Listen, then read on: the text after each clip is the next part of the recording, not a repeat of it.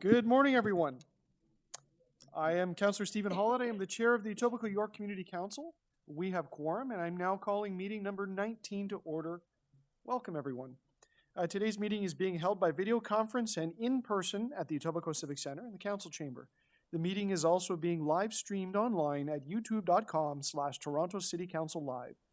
Although we may be meeting in different locations today, Community Council would like to acknowledge that the land we are meeting on is the traditional territory of many nations, including the Mississaugas of the Credit, the Anishinaabe, the Chippewa, the Haudenosaunee, the Wendat peoples, and is now home to many diverse First Nations, Inuit, and Métis people.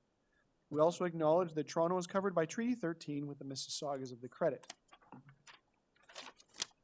If you're registered to speak at today's meeting, please listen for me to call your name.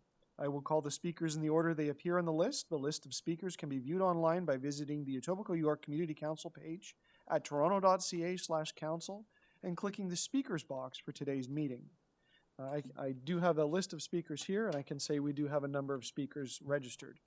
Members, the City Clerk has provided all agenda materials on toronto.ca/council and on CMP, the Clerk's meeting portal.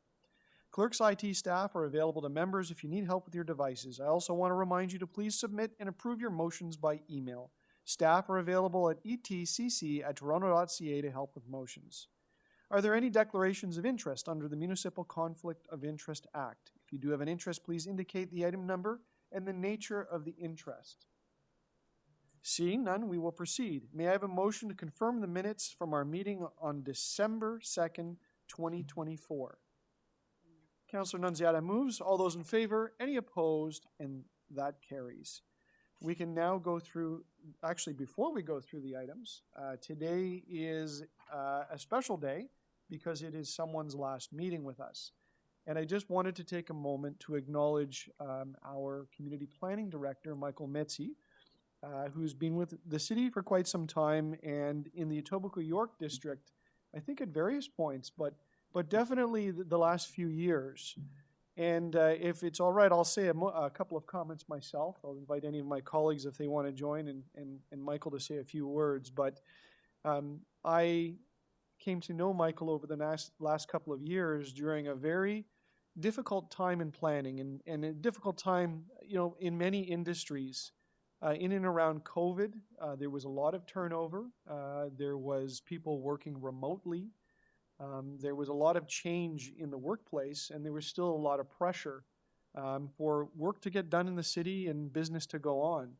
And Michael joined the planning department as the head and had to sort things out. And, there's wonderful people in the planning department, but many of them were all new and didn't know each other. So imagine being a manager at that time, trying to build a team in the office, a functioning team, and having to cope with all of those external factors. And I think he's been very successful at that. And you've got a great team before you, and you have set things into a really good place. But also Michael has been an individual that I know as a collaborator and somebody that truly cares about the community. And that is seen in much of the planning work and the decisions that have come through Community Council and through the quality of the projects that have been approved through here. So I'm very proud of being part of this process, but I'm very grateful, Michael, for your service. I do know that you're moving on to another spot somewhere else, which is a great opportunity. So those are mixed feelings. I regret to see you leave. It's going to be a hole that I don't think anyone can fill. But we'll look forward to working with whoever your successor is, but I really want to wish you all the best in your next steps and really express my gratitude for all that you've done for us in Etobicoke and in the Etobicoke York District. Councillor Nunziata. Thank you. So Councillor Holliday, you've mentioned a lot of comments I want to make, but with Michael, what can I say about Michael? First of all, you said it was a special day. It's not a special day. It's a sad day, right? It's a sad day because Michael's leaving. And, Michael, I don't know who's going to bring me my coffee during council meetings. You're going to have to designate it to someone to have hot black coffee ready for me during community council. But, Michael, I want to thank you for how supportive you have been, and particularly with me in my community. I know that you know, in the past few years, if there's been meetings happening in my ward or issues have come up from my constituents and working with applicants, developers on getting the right fit for the community. And you've worked very hard on that, and you've always been very well received from my constituents. And I know when I told some of my residents group that you were leaving, they were not happy about that. Go, oh, God, what are we going to do now, right? Because there is a history. You have a history, and you know how the city is changing and how different communities, what their needs are in different communities, and I appreciate that support. So, Michael, you will be missed, and I hope that you keep in touch and that you do get somebody to bring me my coffee, because I need this black coffee when I come to community council. So thank you for that, and the very best. Thank you. Is there anyone else that wanted to say anything? Deputy Mayor Morley, go ahead. Thank you, Mr. Chair. I'll keep it brief. And we got to meet Michael yesterday for our last call as well with my team. And I just want to echo my colleagues' heartfelt thanks for all of your contributions in the community and for your leadership and your vision in Etobicoke. So all the best to you in your future endeavors. And we look forward to keeping in touch. We're glad to have you keeping Etobicoke as home. So we'll see you around. And again, heartfelt thanks. Thank you, Deputy Mayor. Michael, if you wanted to say farewell.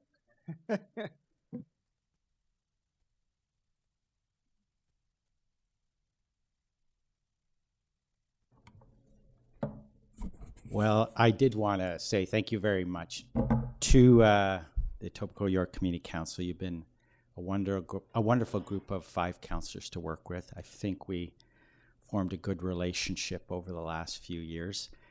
You know, I couldn't be more proud of the fact that I'm leaving Etobicoke York. This is my last stop here. I live in Etobicoke.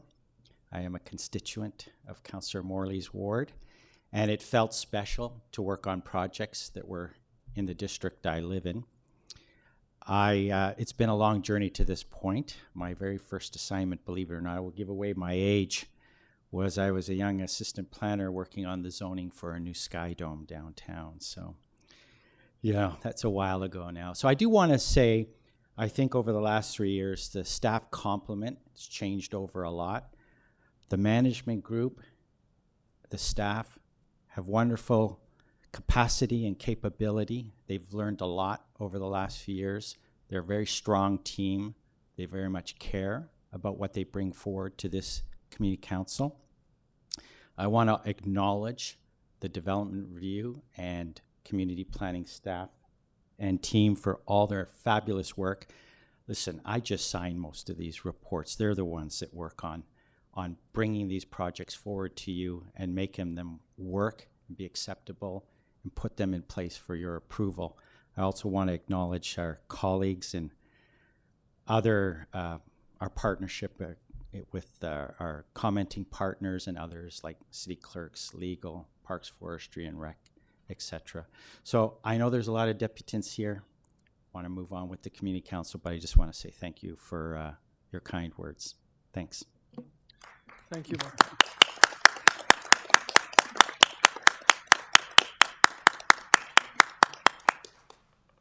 No motions to refuse the... They wouldn't be in order. But if I could move a motion not to accept it, I would, and I'm sure that would be carried unanimously. Okay, and we do have Councillor Crisanti online who's joined us. We'll go through the items. So our first item is EY 19.1, which is 210 Markland Drive, zoning amendment application decision report. We'll hold that for a number of speakers. Our next item is EY 19.2, which is 87 Ethel Avenue, zoning bylaw amendment decision report for approval. We have speakers, so I'll hold that item. EY 19.3 is 2485 Eglinton Avenue West, official plan amendment and zoning bylaw amendment application. Councillor Nunziata. Yes, thank you. So I'll move the staff recommendation, and I understand that the applicant is going to continue working with our planning staff on their application, so thank you for that. So I'll move the recommendation. Councillor Nunziata moves the staff recommendation. All those in favor? Any opposed? That item carries. EY 19.4 is 99 Birmingham Street and 210 Islington Avenue, zoning bylaw amendment application appeal report. Councillor Morley. Thank you, Mr. Chair. I'll be moving staff recommendations on this item and directing staff to continue to work to a better outcome or better resolution here on the building that's been proposed that is not at all in keeping with the character of the neighborhood where it is. Thank you. Thank you. So on the items, Councillor Morley moves staff recommendations. All those in favor? Any opposed? That carries. EY 19.5, Torbarrie Road and Judy Sgro Avenue, pedestrian crossing protection. Councillor Perruzza. Yeah, Mr. Chair, I'd like to move deferral two meetings hence to hold a community meeting, and I'll work on that with staff. Thank you. Transportation. Thank you. We'll just take a moment to get the motion up on the screen.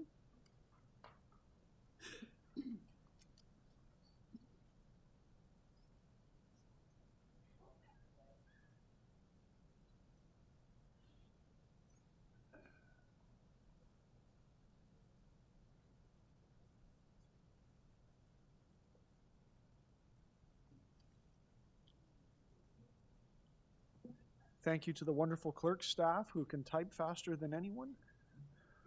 Okay, so Councillor Perruzza is moving deferral for 2 meeting cycles, April 2nd. All those. So, Mr. Chair, if I could just amend that, just sort of defer it without a date and hold a community meeting and then bring it back with staff when that meeting has been done. Okay, because I'm not sure when we'd be able to do that. Is that okay? Without a date? So the deferral requires an. Why don't we hold it down, Councillor Perruzza, and then we'll come back to. Sure. When do we do that? Yeah. So we need an end date, but we'll get to that later Sure. in the agenda. Thank you. Okay. Okay. EY 19.5 is held. EY 19.6 Sandcliff Road traffic calming speed humps. Councillor Nunziata. Yes, I'll move the staff recommendation. Councillor Nunziata moves the staff recommendations. All those in favor? Any opposed? That's carried. EY 19.7, 5th Street, traffic calming. Councillor Morley. I will be moving staff recommendations with thanks to staff and the local residents. Councillor Morley moves the staff recommendations. All those in favor? Any opposed? That's carried. EY 19.8, accessible parking spaces, January 2025, delegated. Councillor Nunziata. I'll move the staff recommendation. Councillor Nunziata moves the staff recommendations. All those in favor? Any opposed? That's carried. EY 19.9, Ormont Drive, parking amendments. Councillor Perruzza. Happy to move that. Councillor Perruzza moves the staff recommendations. All those in favor? Any opposed? That item carries. EY 19.10, 30th Street at Elder Avenue, lane designation. Councillor Morley. Thank you, Mr. Chair. I'll be moving staff recommendations. Deputy Mayor Morley moves the staff recommendations. All those in favor? Any opposed? That is carried. EY 19.11, the East Mall at West Deane Park Drive, lane designation. That's in Ward 2, so I'm happy to move the staff recommendations. All those in favor? Any opposed? That carries. EY 19.12, 12th Street and Garnett Janes Road, through highway amendments. Councillor Morley. Thank you, Mr. Chair. We'll be moving staff recommendations here. Councillor Morley moves the staff recommendations. All those in favor? Any opposed? That item carries. We do have one item of new business, and that is EY to be number 13, the Maple Leafs outdoor practice, and that is from Councillor Morley. I don't know if this is being circulated, but I'll ask members if you'll permit this to be added to the agenda. All those in favor? Any opposed? That carries. So that is on the agenda, and we'll visit that at the end of the meeting. Okay, back to the top of the agenda. We are at EY 19.1, which is 210 Markland Drive, zoning amendment application, decision report. Our first speaker is Kevin Krieger from the Markland Wood Homeowners Association. Do we have Mr. Krieger online? We do. Good morning, Mr. Krieger. It's Stephen Holliday from the Etobicoke York Community Council. Hopefully you can hear me. You're on live with us. Please begin as soon as you're ready. You've got 5 minutes. Perfect. Thank you so much for the opportunity to speak to council. I'm here on behalf of the Markland Wood Homeowners Association as the co-president. Specifically as it relates to the neighborhood, we obviously have had a number of recent development applications and have worked closely with staff and developers, recognizing that bolstering housing supply is a responsibility of everyone across the city. In terms of this particular application, the applicant has been great to work with, has certainly been open to conversation and discussion, and we are largely supportive of the development as proposed. The issue we have relates to specifically Building A. For those who aren't familiar with Markland, it's a neighborhood largely of single-family homes.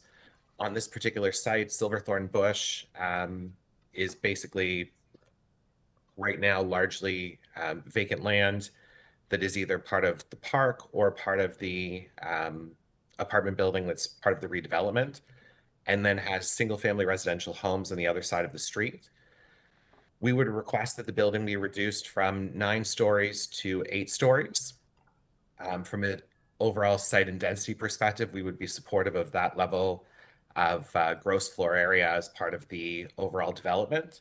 We would request, however, that 4 of those 8 stories from a gross floor area perspective be transferred over to Building C. Staff has expressed some concern about a slightly higher height on Building C based on it neighboring a park and creating additional shadowing. The concern of the community is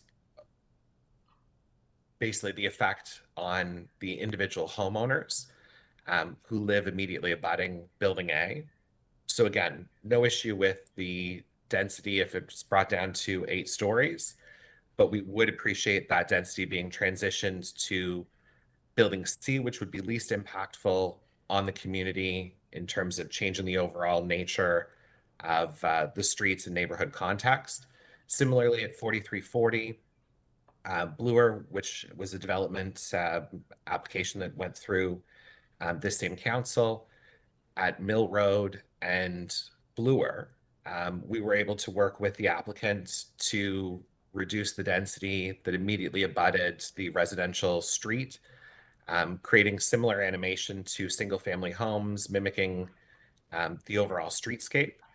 And we feel that this would be a much better application for Building A and would relate much better to the community and would be development that ultimately is respectful, which obviously with the city needing to increase housing units and bring additional density, part of that balancing act from the city's perspective and the city's responsibility is to ensure that development is respectful of the context of the community it's in.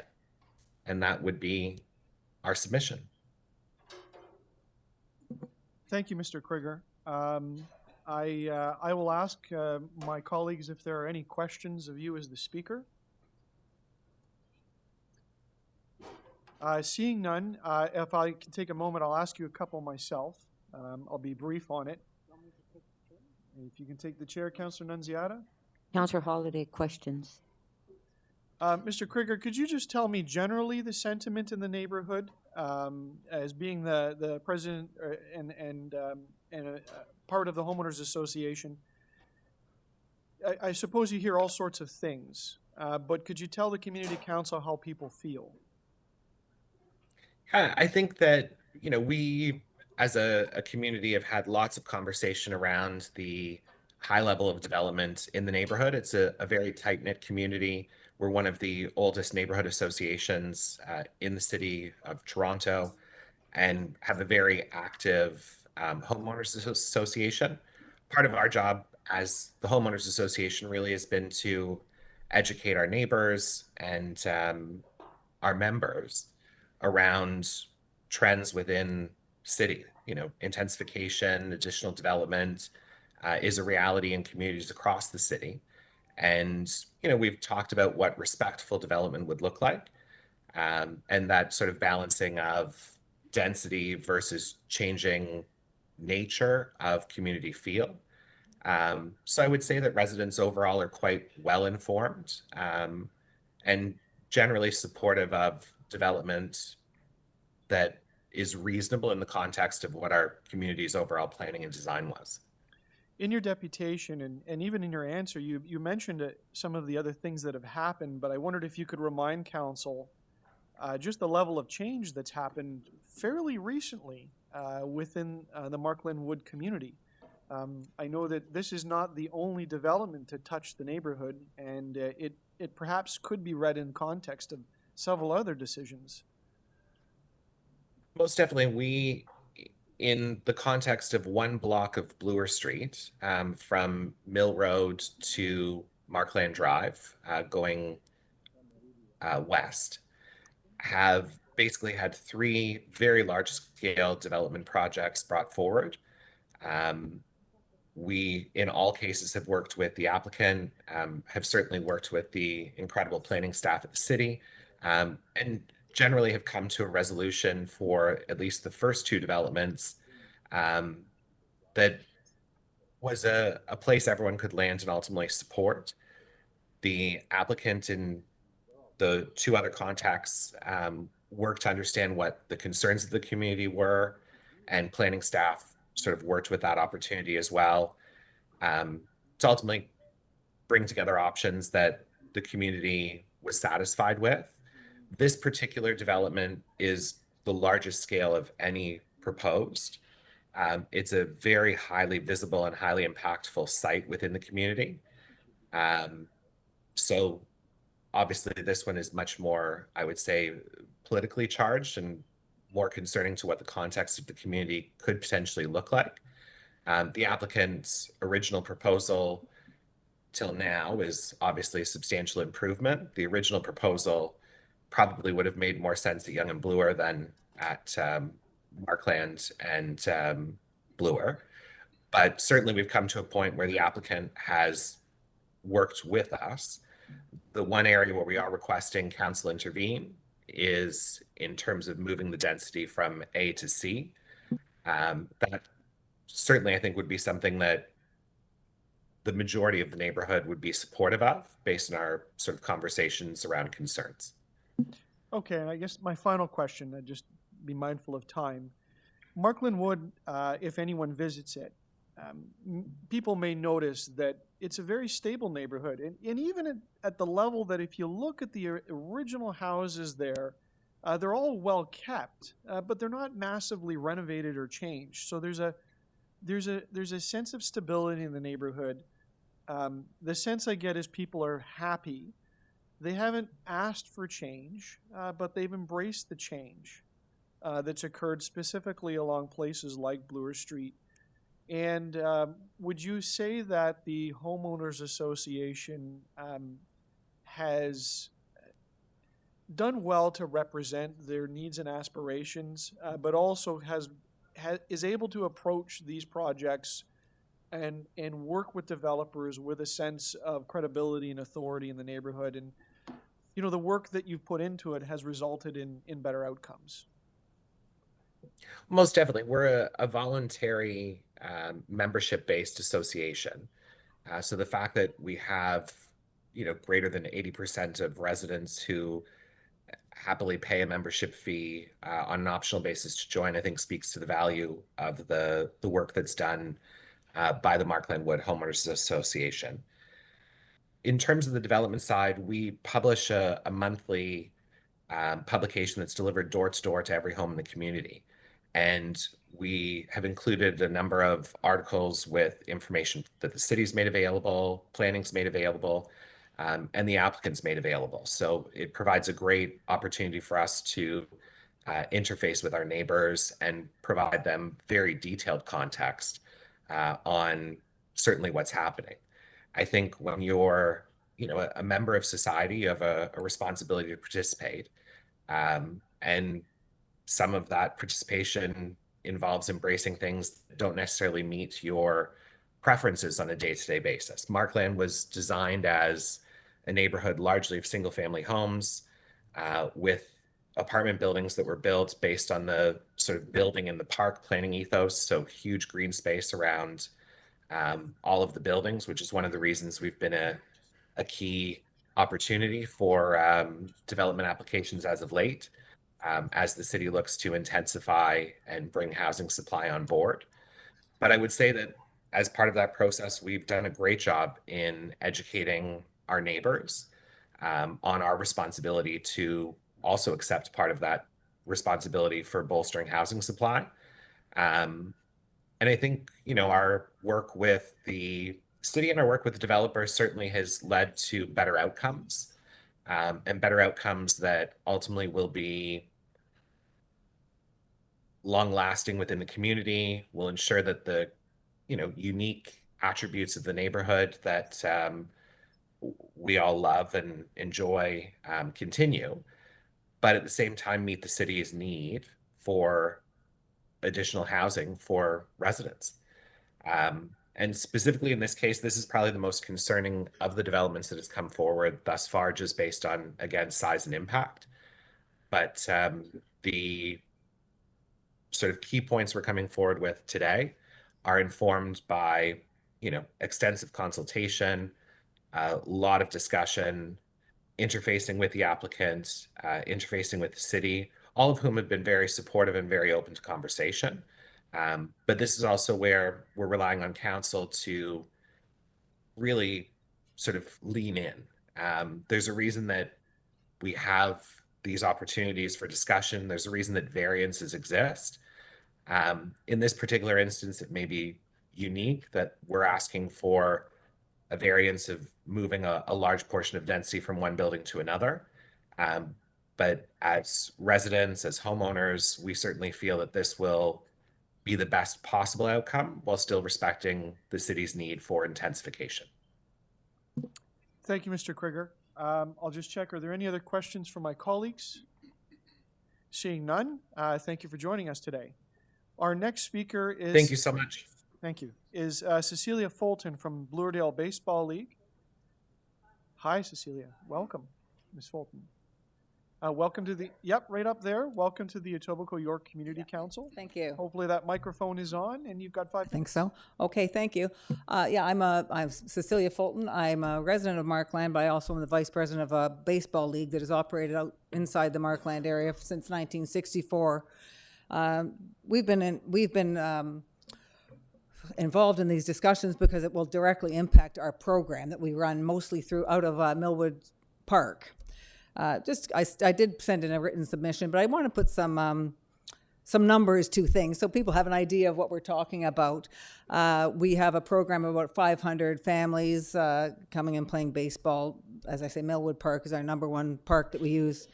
And we're very concerned about the parking and safety issues that this construction is going to cause to access to that park. Silverthorne Bush is the only street that people can come and drop off, park to attend games and things. Right now, it's not much parking available on there. And on a typical night, as I counted this morning when I was leaving the area, there's 10 overnight cars almost typically parked on that street illegally every single night. On a typical weekend, we have over 120 families accessing Millwood Park. These families are running in to drop their kids off for baseball. It creates a huge amount of traffic around the neighborhood. I know it's frustrating for people who live close to the park, but it's also a big safety concern. And that's not going to be improved by this construction. I don't know where these people are going to be parking during the construction period, what accommodations are going to be made for all the surface parking and underground parking, but we're very concerned about our access to the park.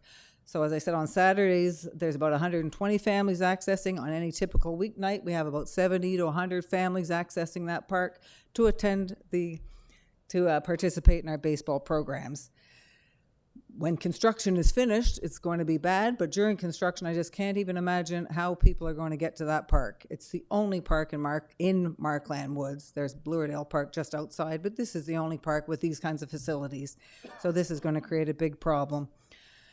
Another issue is capacity of our program. Like the schools in the neighborhood who have no capacity to take any of these new residents, we have no capacity to take anyone. We can't offer these children and their families any participation in our programs. We're at capacity. We've run a wait list for the last number of years. So I think people need to know that when they move into Markland, they won't be able to attend schools, and there won't be much for them to do, to be able to participate in. We're at capacity. As I said, the construction, we're very concerned about the construction, the safety to our participants, the dust, the airborne pollutants. I don't know if you're familiar, but this construction site will be about 40 feet away from the fencing of our baseball diamond. It's very close. I can only imagine that people are accessing through a very narrow walkway to get from Silverthorn Bush to the baseball diamond, and now that's going to be on one side a construction fence, I guess, of some nature, and then they're going to be very confined into a very small area. We're really concerned about the safety of our participants. These are little kids under 11 years old, and their families and their siblings. It's a very busy park on a Saturday, and kids are running around, and now they're going to be running around squeezed between a construction site and the baseball diamond. It's a very big concern for our organization. We've already been in discussion about the sun shade issues, and whatever Mr. Krieger has proposed to change. We had already identified some sun shade issues that were going to impact our program, especially in the fall months. Any changes? We'd need to have that whole sun and shade study done again, because right now it will lessen the amount of hours we have on weeknights to run our program, and that will have an impact on our abilities to run our program. So I want people to be aware, Blue Iredale makes a huge investment in these parks. Besides the $20,000 average year that we spend on our permit fees, over the last number of years, we've invested over $50,000 in Millwood Park. Councillor Holliday's aware of that. He was there when we had a big Jay's Care Foundation. We got procurement from Jay's Care. We're also planning to invest about $50,000 this year just to maintain the safety at these parks. So we're very invested in this, and if our program is impacted by people not wanting to come to an active construction zone to play baseball, we won't be able to have the funds to invest back into our community, which we've been doing for years. So I did want to, we're really invested in the neighborhood. We've been great stewards of the park. We do all we can to maintain it and safety, and we run a great program that we're very proud of. But we are very concerned that this is going to impact us on a number of fronts, safety being a big one. Thank you, Ms. Fulton. I'll ask if my colleagues have any questions. I had one for you. No, if you can just describe, for the benefit of my colleagues, Millwood Park is immediately adjacent to this site. There is two ball diamonds. One is a higher level, more performance-orientated ball diamond. The other is one that was just updated through the Jay's Care Foundation. But could you just tell the group a little bit about the league and how big it is and how far it reaches, and maybe the level of teams that you have come through there? Because it's not, I would characterize as not just your average league. It's a pretty substantial one. And if you could just tell us why it's important. And I don't know if I said that, I'm the vice president of the league, so I've been doing that for a number of years. We're all volunteers working on the league, working for the league. So yes, at Millwood Park, we have two diamonds. One, as the councillor has identified, which we call Millwood. One is a big diamond. It's not going to be right beside the construction site. It's further away from the construction site, but it's a great diamond. It's one of the top diamonds in the city. We host a lot of provincial tournaments and city tournaments. The high schools use that diamond for their games and their tournaments therein. As I said, on a typical day, typical weekend, we run about 10 games at both of those parks. So almost 200 families coming and going from the park on that day. The smaller diamond that's going to be right beside the construction site, we use for our younger players, so under 11 and under. So there'll be the smaller kids there. Typically, the families come with 2 or 3 other kids in tow. So it's a busy area around that baseball diamond. But sorry, Councillor, I don't know if I answered your questions. No, thank you. That was good. I just wanted to make sure my colleagues understood the association a little bit better. I know it, but. And it's a big association. We're mostly volunteers, mostly from Markland and the Etobicoke area, and we've run a great program there. So Thank you. thank you. Thank you. Any other questions? Thanks for joining us today. Our next speaker is David Charzenko from Bousfields.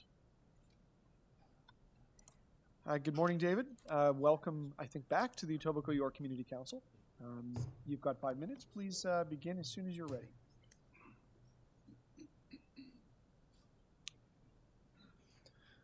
Good morning. I'm Dave Charzenko. I'm a principal at Bousfields.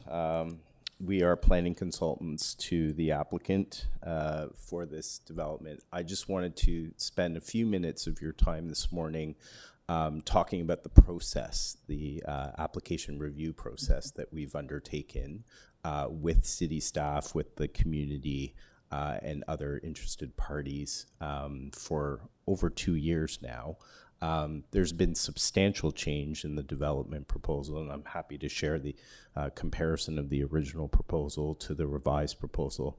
Each and every one of those revisions to the proposal is a result of comments that we receive from community consultation meetings, stakeholder consultation meetings with the Homeowners Association, other interested parties, and most importantly, every division of the city with their staff. So I can honestly say that this proposal that's being recommended for approval today has gone through an extensive consultation process, and the applicant has been very open to making revisions to the proposal. A couple of things about the revisions to the proposal that specifically address some of the concerns that have been raised in the previous comments. First of all, the original proposal had 4 12-story buildings surrounding the existing apartment building. In the revised proposal, we've reduced the proposed number of buildings to 3. We've also reduced the height of 2 of the buildings to 9 and 10 stories, respectively, remaining 1 at the prominent corner of Markland and Bloor at 12 stories. Also really important is that the building closest to Millwood Park, which the Baseball Association was commenting about, has been carefully crafted with step backs and height variations so that there are limited shadow impacts on the baseball diamond number 2. And secondly, there's a substantial amount of outdoor amenity proposed as part of the development that is adjacent to the park. And then finally, along Silverthorn Bush, probably the most substantial revision that was made is to create a new parkland dedication and publicly accessible open space along the south side of Silverthorn Bush, which totals over 3,000 square meters of space combined. And what that's going to do is, ensure that both the existing development and the proposals are all well set back from Silverthorn Bush and the neighborhoods on the north side of Silverthorn Bush. But most importantly, it's going to create a linkage between Markland Drive and Millwood Park along Silverthorn Bush, a landscaped buffer, so to speak, that will create more opportunities as a gateway to the park.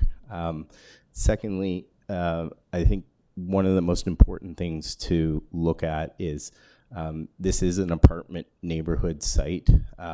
Majority of the ground floor area of the site is consumed by surface parking.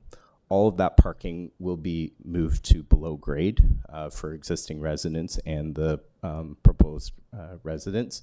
And the parking rate will be maintained consistent with the existing parking. So all of those elements of loading, visitor parking, resident parking will all be below grade, below the proposed buildings, and will not be impacting Silverthorn Bush Drive or Markland Drive or Bloor Street for that matter.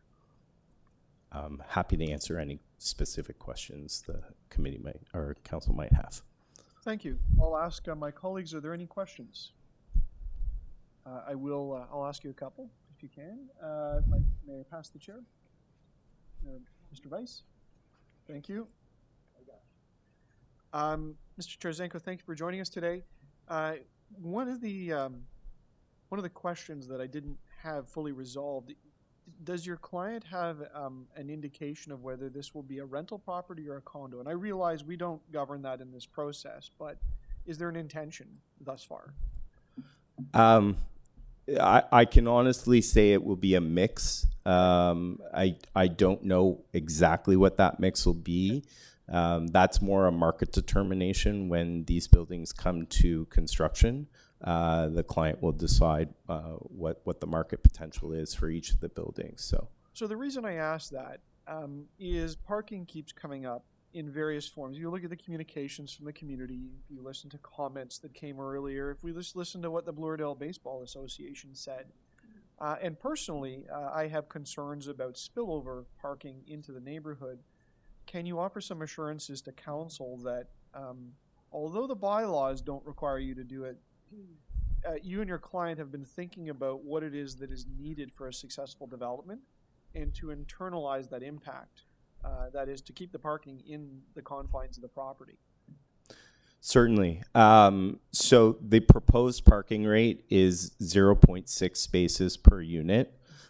We took that rate based on the existing apartment buildings' usage of parking.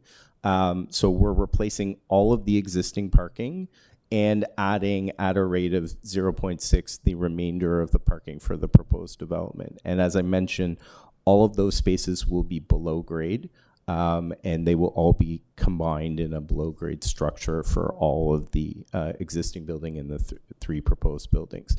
That specific rate of 0.6 parking spaces per unit was derived from a usability or a utilization standard from the existing building. It's in the bylaw as a requirement, as opposed to the parent bylaw not having a requirement for a minimum amount of parking. So we are actually introducing a minimum standard for parking on the site, which I believe will address some concerns about reducing amount of parking on the site. You indicated that, I think you indicated that you had spoken to the Residents Association. I know that those conversations were lengthy. And would it be a fair understanding that Building A, which is the northwest corner, continues to be a contentious item between the proposal and the neighborhood? Or perhaps the most controversial element of this? Easier way to put it. I will mention that all of the revisions that were made from the original proposal to the revised proposal address concerns that we heard at the community consultation meeting, concerns or comments that we received from staff, and as well as consultation with the Homeowners Association. One of the principles of development or considerations that we made in revising the proposal is ensuring that Building A, which currently is proposed at 9 stories, fits under a 45-degree angular plane from the neighborhoods on the north side of Silverthorn Bush. So that was the reason why that building specifically was located and at that particular height. I will mention that we spent a lot of time on Building C, the building closest to Millwood Park, specifically about the height and the stepping down of the height towards Silverthorn Bush. The principle of those changes to Building C were to address some concerns about shadowing on the park, which we have completely addressed in that revised proposal. I would say that that was our key focus in the revised proposal. However, I can appreciate that Building A, being the closest building principally to the neighborhoods to the north, can be a concern for the Homeowners Association. I will add, beyond that 45-degree angular plane, Building A is over 15 meters from the sidewalk on the south side of Silverthorn Bush. It's been brought into perfect alignment with the existing building. So it's no closer to Silverthorn Bush than the existing building, which is 13 stories, I should mention. Thank you. Are there any other questions? Seeing none, thank you for joining us. Thank you. Our next speaker is Denise McGarvey.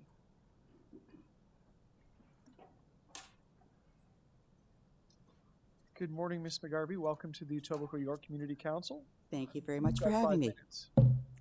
Okay, I live in the apartment of 210 Markland, and I don't think anybody else from here is from the building. But the residents are not happy with what's going on. They definitely did not want the 4 buildings. 3 buildings they're not happy with, but if you have to have 3 buildings, they do not want them to exceed 5 stories. The building on the southeast corner, I think, is 6 stories. I live on the 8th floor. That's parallel to what I see. So when you're saying, oh, it's only 12 stories or it's only 10 stories, that's still way higher than the current building, which is a concern. Nobody wants them. We realize housing is required, but I guess my concerns are what I want to find out, what is the actual height in feet, please, to the developer, because we don't know all this lingo in the meters. We're not going to spend time looking it up. And you said there's going to be 438 parking spots. Is that on top of or including what we already have? Our parking lot, every spot is assigned. People park in our visitors' parking overnight all the time. They also park on the street all the time, mainly because they don't have a parking spot. I know the residents on Sugarbush, I can understand. I wouldn't want somebody parking overnight either, but they do because they have no spots. People are moving into buildings. There's maybe 2-3 people who drive cars. They need those parking spots. If you want to get to anywhere in Toronto, you have to drive or take the bus. Now, we do know, I'll get those in a minute, that the buses are really slow on Bloor. If we have to have all that increased density, I think the city should guarantee that the buses will run every 5 minutes along Bloor West, effective immediately. Because if there's that many more people who have to take the buses in, they need the buses. The current building doesn't have enough park. We have to remember that Olivia will not be the mayor forever. I don't think she understands the difference between suburbs and downtown Toronto. Bike lanes are a prime example. People don't move to the suburbs to be special. They don't want to be downtown. So why is she trying to make us like downtown Toronto? We don't want it. And I also want to know how many of these units are going to be rent geared to income. Is there not a city policy where 25% of every new building has to be rent geared to income? That's basically what I wanted to say. Thank you for joining us. Are there any questions of the speaker? Seeing none. Oh, can I say one more thing? Sure. The buildings between Markland and Mill Road on the north side, as you know, we know there's 2 baseball diamonds, there's also a park. On that north side, there's already 2 buildings. You want to put in 5 more buildings. Wow. Let's see if we can find another piece of grass to get rid of. Thank you. Thank you. Our next speaker is Cynthia Caskey. Is Cynthia here or online? Online. Good morning, Ms. Caskey. It's Stephen Holiday from the Etobicoke York Community Council. Can you hear me okay? I can. Can you hear me? Very well. Thank you. Welcome. You have 5 minutes. Please begin. Good morning. I am a longtime resident of Markland Woods and appreciate the opportunity to provide input and ask questions about the intensification at 210 Markland today. I also appreciate the changes that the developer has made to the original proposal, incorporating the work that the City of Toronto staff has contributed, in addition to the input of the Markland Wood Homeowners Association. I have submitted a written summary of my input and questions about the project. This morning, I would like to focus on a couple of key points, and it's while other speakers have touched on the surface, I'd like to go beyond the surface. Let's go deeper. Let's talk about beyond underground, and it's about the sanitary waste capacity calculations.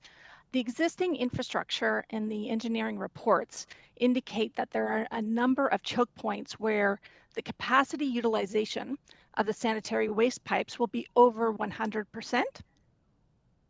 And I'm unclear about what the City of Toronto criteria is to expand that existing infrastructure. I'd like to flag certain sections that appear to be those choke points in their calculations. MH52A, MH53A, those are along Silverthorn Bush. And then further south on Markland is MH57A and MH58A that are impacted not only by 210 Markland, but also 240 Markland.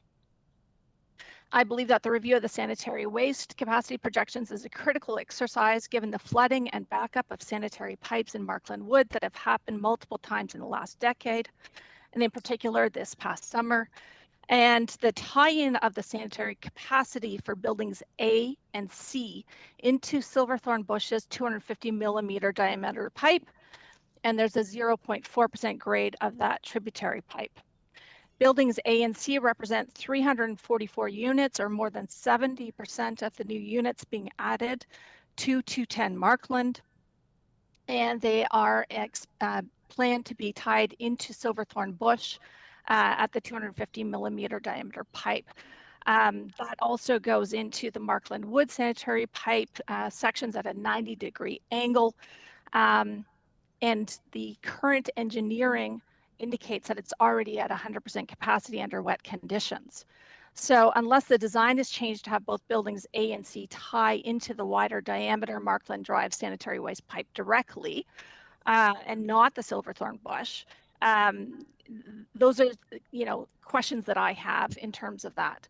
I'd also like to echo and underline that there should be attention and consideration given to expanding what's called the critical leg of sewer at MH57A and MH58A on Markland Drive that was flagged by the engineers themselves, again impacted by 210 Markland and 240 Markland, that they are at 120% capacity of the calculations in wet weather currently, and very concerned that the overcapacity is only going to be enhanced with the addition of 210 Markland. Separately, but also related, is the impact of stormwater and groundwater. The groundwater quality engineers did not satisfy the storm sewer criteria. So that's total suspended solids and chloroform concentrations were noted in the report. And it's unclear to me how this is going to be handled, both in the construction phase as well as the post-development phase. I don't know whether the intention is to disperse this groundwater through the sanitary waste pipes, which was noted as an option in the engineering report, but therefore should also be included in the calculations of the sanitary waste capacity if that's going to be the intended plan. In closing, I would like greater clarity on the sanitary waste capacity projections that the City of Toronto uses to expand existing infrastructure to make sure that we don't have any troubles in the neighborhood going forward below the surface. Thank you for your time and attention today. Thank you. Are there any questions of the speaker? And just a heads up, hopefully we've got ECS staff on hand because our question will come that way. Thank you. Thank you for joining. Mr. Vice Chair, that's out of order though. I appreciate it. I'm sorry, I can't allow a visitor to ask a question because it's not orderly, but I appreciate the interest in it. Thank you for joining us today, Ms. McCaskey. If a member of the public wishes to add their name to the list, now would be the time to do it if anyone wants to speak. The last speaker I have on the list is Ken McIver. And there's a question, did you want to? Where would that list be for me now? If you can see the clerk at the back, just get your name on there, and we'll have an opportunity for you to speak to the council today. So pending, are you Mr. McIver? I am. Excellent. Thank you for joining us. Welcome to the Etobicoke York Community Council. Thank you. You've got 5 minutes. Please begin. Am I to understand that this this project's in for approval today? I mean, sorry, my voice is if you can very just weak right tilt now. the mic a little bit closer. So the community council will consider the item, and then it will be, if it's accepted, it will be forwarded to the city council. Correct. Okay, so I guess I can't say much more than the lady ahead of me. We're just going to check the mic. I'm sorry, there, okay. Great. I attended the first town hall meeting way back when. I still have the concerns I had then about traffic flow on Bloor, lack of management of that. I will give a shout out to Doug Ford for removing bike lanes on Bloor. That's made it a much safer and a much more efficient way to move traffic in the city. Bloor is a major thoroughfare now. We all must accept it. What's that? Yeah, well, hip hooray. I applaud it. Not everybody can move around on a bike on a minus 11 day. So, yeah. So, yeah, I am giving it a shout out. And I'm, for one, am one who almost got run over in a bike lane by a biker. So, yes. Okay. So, anyway, concerns of density, I think, have already been raised. The baseball diamonds are at the end of my street. I have people parking on my lawn. Half the time, you know, they don't intend to, but they come up over the curb. And but I have no problem with it because these families are down in the ball field enjoying the park. I just spent extensive money and continue to manage the groundwater in my house, and I have already been the recipient of one of the overrun of the sanitary system back into the house.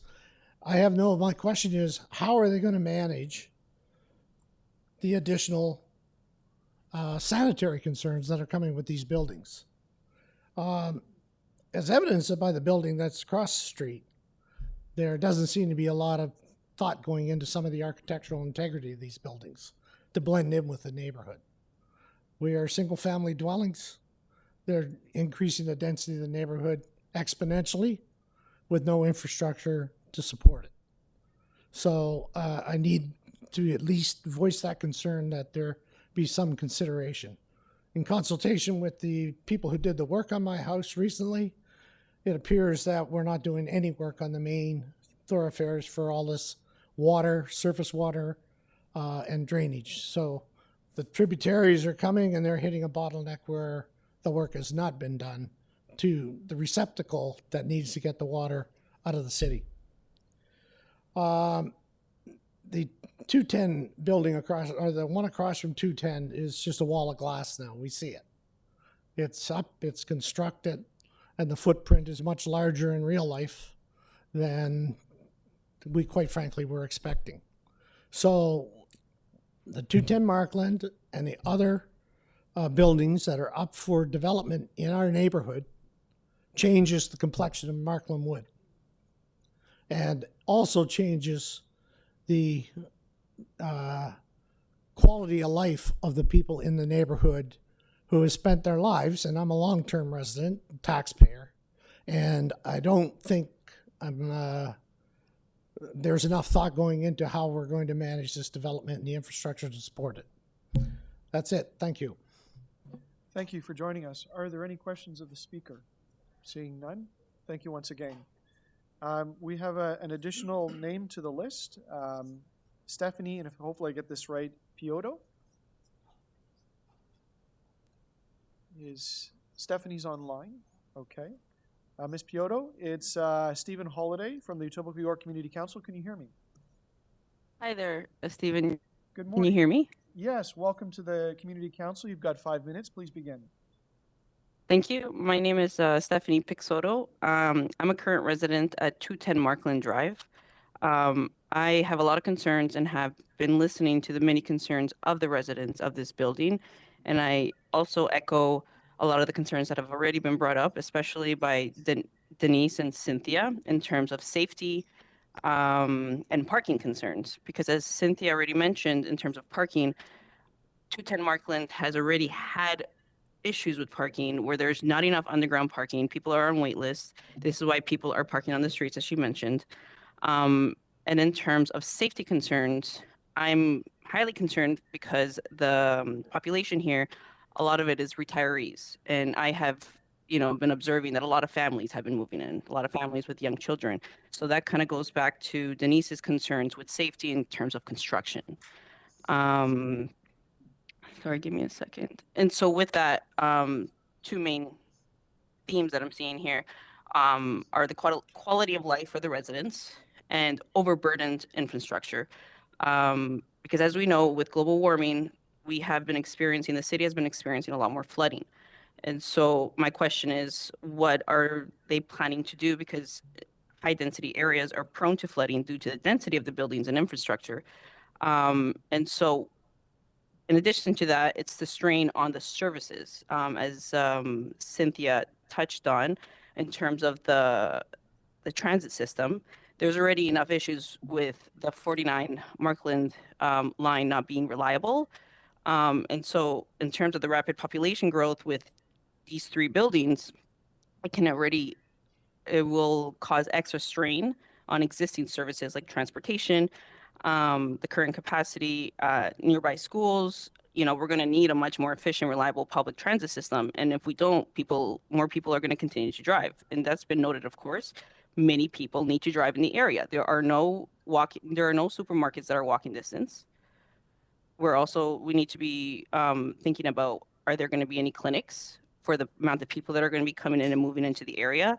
So just kind of like the necessary services that are not walking distance. And so with more people driving to access these services, that's going to then cause a lot more burden to the roads. And I, as a resident, have, observed when there's construction on here, there's quite a bit of traffic because, it's already a narrow area.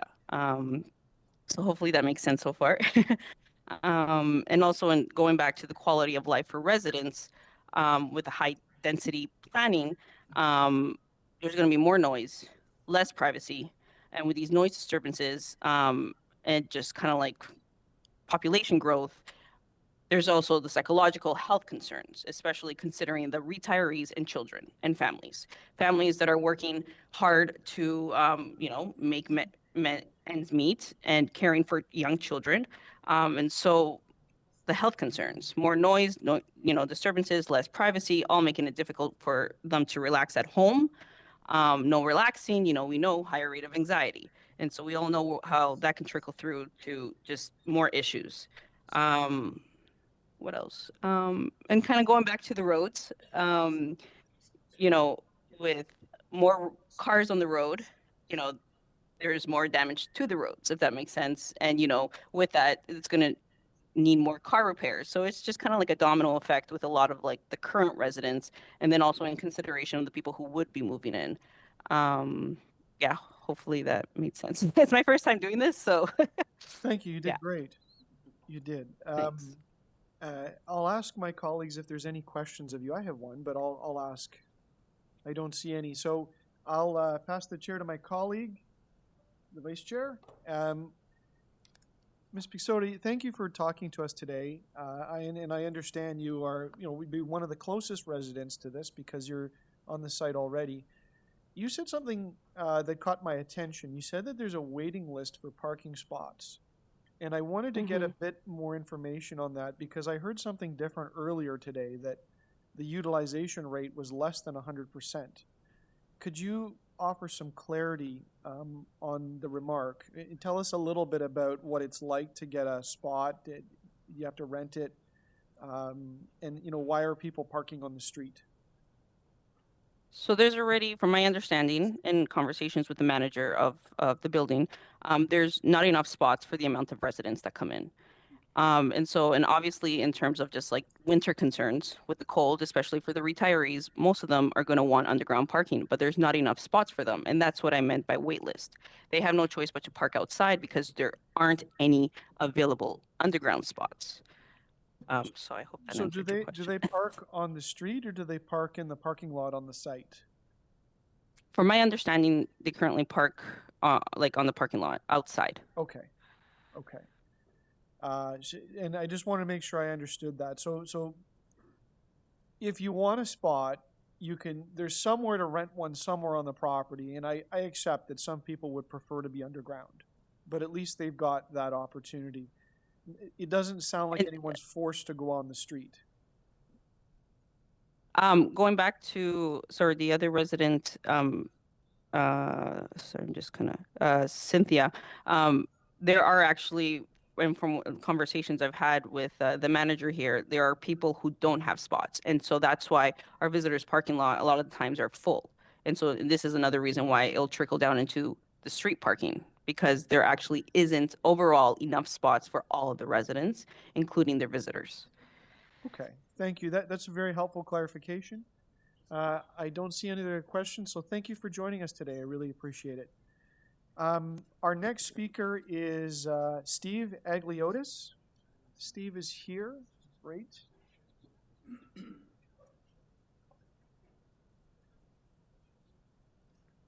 Welcome, Mr. Agliotis. You've got 5 minutes. Please begin as soon as you're ready. Okay. It's my second time here in City Council for this type of meeting. I was here in May 2024. I live at 240 Markland Drive, so I live across the street from 210. I'm also a member of the 240 Markland Tenant Association, and I can tell you with a lot of what's gone on with our development here, it's not looking promising for what's going to be happening at 210. With regard specifically to the parking issue, we have tenants in our building who pay a monthly fee for parking and are not provided parking whatsoever and are forced to park on the street. So in terms of talking about the capacity of what the neighboring roads and streets will be able to take on with the interim parking issue at 210, I can tell you, well, with what's gone on at 240, nothing's gone on. Our parking has been completely removed as per the new development, and we've been all forced to park on the street, even though we continue to pay monthly parking fees for our building. We're not provided the parking that we're paying for. The second thing I can speak to with regards to the development is that everything that's taken place in terms of what's gone on with bylaws, permitting, noise, construction mitigation and mediation with regards to environmental concerns has been completely ignored, absolutely ignored. I know there was an engineer who was on here earlier who was talking about the MH, or the manhole capacity of the neighborhood, how they're above 100% for stormwater management. I personally have complained numerous times with regards to manholes flooding on Markland Drive. I've complained to Toronto Water, I've complained to Toronto Bylaw, I've complained to 311, and nothing's been done. In addition, we're already at capacity for the stormwater management with regards to that neighborhood. Well, what's happened is the developer at 240 Markland Drive, and I have mentioned this to Mr. Holliday in the past, is they've illegally pumped sediment-loaded water straight into the street and the roadway and into the manholes. So what happens is I'm an environmental biologist by trade, and what happens is by pumping all this sediment-loaded water into the street and into the manholes, they've contributed to the stormwater management not working at capacity or not working properly. So if we're already above capacity, the development itself is going to impede that. Not to mention the current development that's going on there now have done absolutely nothing to follow the construction mitigation and management plans. They've done nothing to mitigate any of these concerns. And if you guys think it's bad now, it's only going to get worse. And the unfortunate part is the tenant association at 240 Markland Drive, we've repeatedly brought this up to bylaw, to Toronto Water, and there's absolutely nothing done about it. It's just, we're at wit's end. We don't know what to do. We've repeatedly, like, I've had bylaw officers come in where I've mentioned to them where there's a violation for noise, and like they'll literally stand there and say with their hands behind their back and be like, well, I don't see anything. I don't see anything. And it's literally happening right before their eyes. And they pretend they don't even see what's going on. So like, all I can tell you is as a resident, a longtime resident who's living through the current development of what's going on, it's only going to get worse because 240 Markland Drive was the first development that's gone on in the neighborhood. So we were the guinea pig. So they've seen what they can get away with what's gone on in our building. I hate to tell you folks, it's only going to get worse, and it's going to all come on deaf ears. Like we had a building where we had 40-year residents of our building and community have had to leave because like they can't take what's gone on. Like we're watching our community be destroyed right before our very eyes, and we've had no support whatsoever from bylaw, from council, from not even from the homeowners association. Like I know there was a gentleman on here, Mr. Krieger, speaking earlier about how he's had some community engagement and he's had some correspondence with the residents of the neighborhood. I've lived here for 15 years. I've never seen or heard from this guy once. So I'm not exactly sure what he's talking about or what literature he's provided to residents, but I don't know. I'm not seeing it. I know that my 5 minutes is up. I could be up here for 50 minutes, but that's my piece for 5 minutes, and thank you for your time. Thank you. Don't go away if you. I know there's some questions. If you can answer those, we'd appreciate it. Thank you. I will be back here another day. Absolutely. Councilor Nunziata. Yeah, just a question. When you mentioned at the beginning that you pay a monthly fee, but the building doesn't provide the parking. So correct. So what's going on there? Okay, so as a longtime resident, yeah, I did have parking provided. Yeah. But as per the development that's gone on at 240, they've had to tear up the existing parking structure to put up the new building. So upon completion of the new building, we will be provided parking upon completion of the new building. But in the interim, we've all paid for parking and have not been provided parking. We've been all forced to park on the street, and we've even incurred parking tickets as per parking on the street. And then what happens is when I try to fight the ticket, or when there's a pay option, or you can appeal the option. So what happens is when you try to appeal the parking violation, automatically a $20 fee is put on. Okay, so that's just for me saying that I want to appeal the parking violation. So then what ends up happening is then I end up hearing from the City of Toronto saying, oh yeah, as per our review, there has been no violation and your appeal has been denied. So in addition to my $30 ticket, just to appeal the parking ticket is an additional $20, and then I don't even get hurt. And then the other problem is that prior to the development of the 240 Markland Drive new development that's gone on, I don't know if anybody else has noticed this, but the parking bylaw was actually changed, okay? And there was a subsection added to the parking bylaw, and it literally says in the parking bylaw, okay, that residents of 240 Markland in particular have been singled out for street parking. So just have been singled out for street parking. So just on that point. Okay. The monthly fee that you're paying, you're paying to management, right? Correct. Okay, so they shouldn't be charging you a monthly fee if they're not providing the parking. My sentiment exactly. Thank you. Are there any other questions? Seeing none, thank you. Our next speaker is Connie Morrison. Welcome, Ms. Morrison, to the Community Council. You've got 5 minutes. Please begin. Thank you. Thank you for letting me speak. I am a long-term resident of Markland Wood. I've been there for 36 years. We came to Markland because it's an idyllic community. It's got lots of green space, trees, hence the name Markland Wood. And we raised our 3 children in Markland, walkable to both public and Catholic schools, as well as an amazing baseball league. Our children all played at Bloordale Baseball and walked to those games. So our biggest concern about this development, first off, just to be clear, there has not been a Markland Wood Homes Association meeting to discuss the specific development.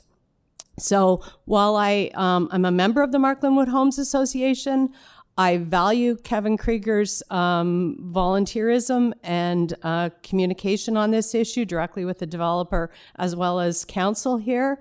It is not reflective of our neighborhood position on this development. And frankly, the cumulative effect of the 3 developments within this one block of Bloor Street. So you've got 210, you've got 240, and you've got the one right at Bloor and Mill Road. And so the cumulative effect of those 3 developments is, I'll give you some rough numbers because I found it very difficult to find numbers in all the documentation, but there's roughly 10,000 residents in Markland Wood. There's roughly 4,500 homes/households.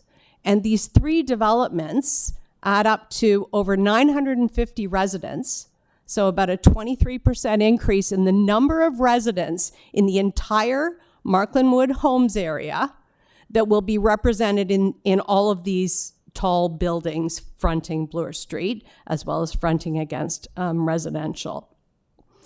It feels like the quality of life is going to be affected, and not in a good way. We don't have the infrastructure, as you've heard. We don't have the stormwater management. Markland Wood Golf Course was closed over 3 weeks last summer in 2 consecutive periods because of flooding. We don't have the sewer waste capacity. We don't have the transit frequency that will enable all of these residents to get to Kipling Station, to go downtown. There's just not enough infrastructure to support the kind of growth that is being planned in this corridor. I think we all support growth. I want more residents to be able to experience the quality of life that we have in Markland. But unfortunately, what's going to happen is none of these families are going to be able to go to the local schools. Their kids aren't going to be walking to school because there's no capacity at any of those schools, and that's in the report. And that's against this one development, not accounting for the 3. They're not going to be playing at Bloordale Baseball League because they won't be able to register. There's just not going to be the kind of support that we need for this kind of growth in this highly residential area. So I really do ask council to look at not only this development, but the cumulative of the 3, and ask yourself, do we have the kind of infrastructure necessary to support this? And if not, I think we have to do this in a more measured way. So, okay, Bloor Street has been designated by the city as a major thoroughfare. Fine. Buildings along Bloor Street, okay, got it. Keep the height reasonable so you don't have shading and sun issues. But when you start putting buildings against housing, single-family dwellings right up along Silverthorne Bush and on Markland Drive, I think you're just not appreciating what your constituents are looking for in terms of quality of life and ultimately quality of the city. So I would really highly recommend you reconsider this proposal and not assume that some speakers are speaking on behalf of all the residents. Thank you. Thank you.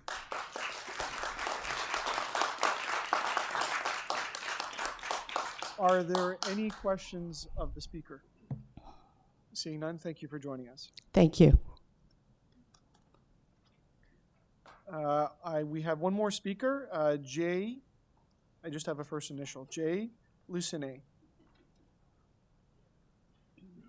welcome to the Etobicoke York Thank you. Community Council. My voice. I actually concur with the other previous speakers before myself, but I think the one thing that I do need to touch on is. Oh, sorry. Yeah, sorry, a few people said they couldn't. I said I concur with what the two previous speakers eloquently said before me. And what I'd like to add is that right at Markland Wood, and no one touched on that, there seemed to be an accident or two monthly. There's always an accident, whether they knock out the pole or someone get hit. There's always accidents there. And I think putting other buildings in that neighborhood really demolishes what Markland Wood is all about. I'd like you to consider it. This is not about corporate greed. This is about people lives. This is about family lives. I think putting 3 more buildings with the monstrosity, that's, I think it's either 210 or 240 Markland. I think it's unfair to us neighbors and Markland Wood to add 3 more buildings. How many families are you bringing into schools? There's so many things to consider. This is not about aligning pockets. This is about people's lives. So I truly hope that you'll consider this and just squash these buildings. Thank you. Thank you. Are there any questions of the speaker? Seeing none. I'll just do a final check. That's the end of my list. Is there anyone else that wanted to speak on this item but didn't register yet? Okay. Did you want to speak to the community council? Yeah. Okay. Come on up. If I could just ask you, once you're done, if you can give us your name, once you're done, if you can just ensure you've registered with the My name's Oliver Marriott. Like the couple of speakers before me, I'm a long-time resident. I even have my family here, living somewhere else there. I just want to echo what was said earlier. This is... we have not had any meeting with the Markland Association, and I think it's very important that we have that opportunity to cover a lot of these issues that have been addressed to you.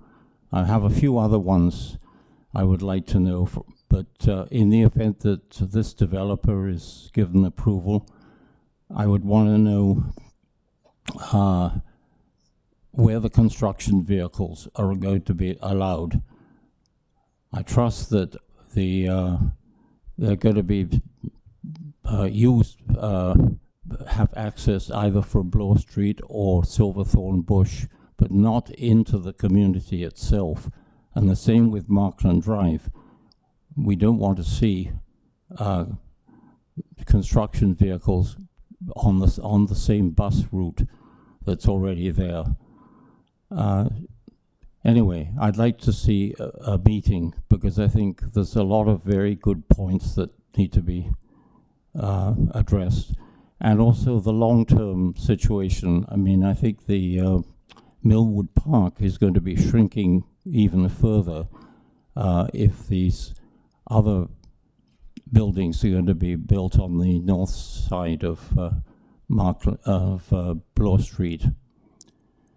So I think we need a long-term plan before we start and, agreeing to this initial building. Okay, thank you very much. Thank you. I did have a question for you, if you don't mind. Thank you for joining. And I'll just remind you, if you could just register with the clerk, just so they have a record, because you'll be in the meeting minutes.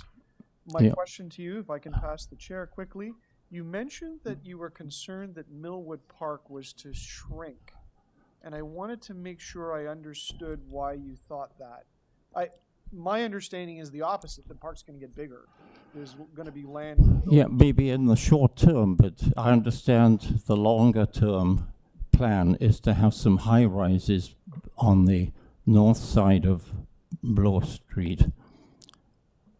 Is that correct? Well, so that's the report before. Yes. Well, the footprint that they will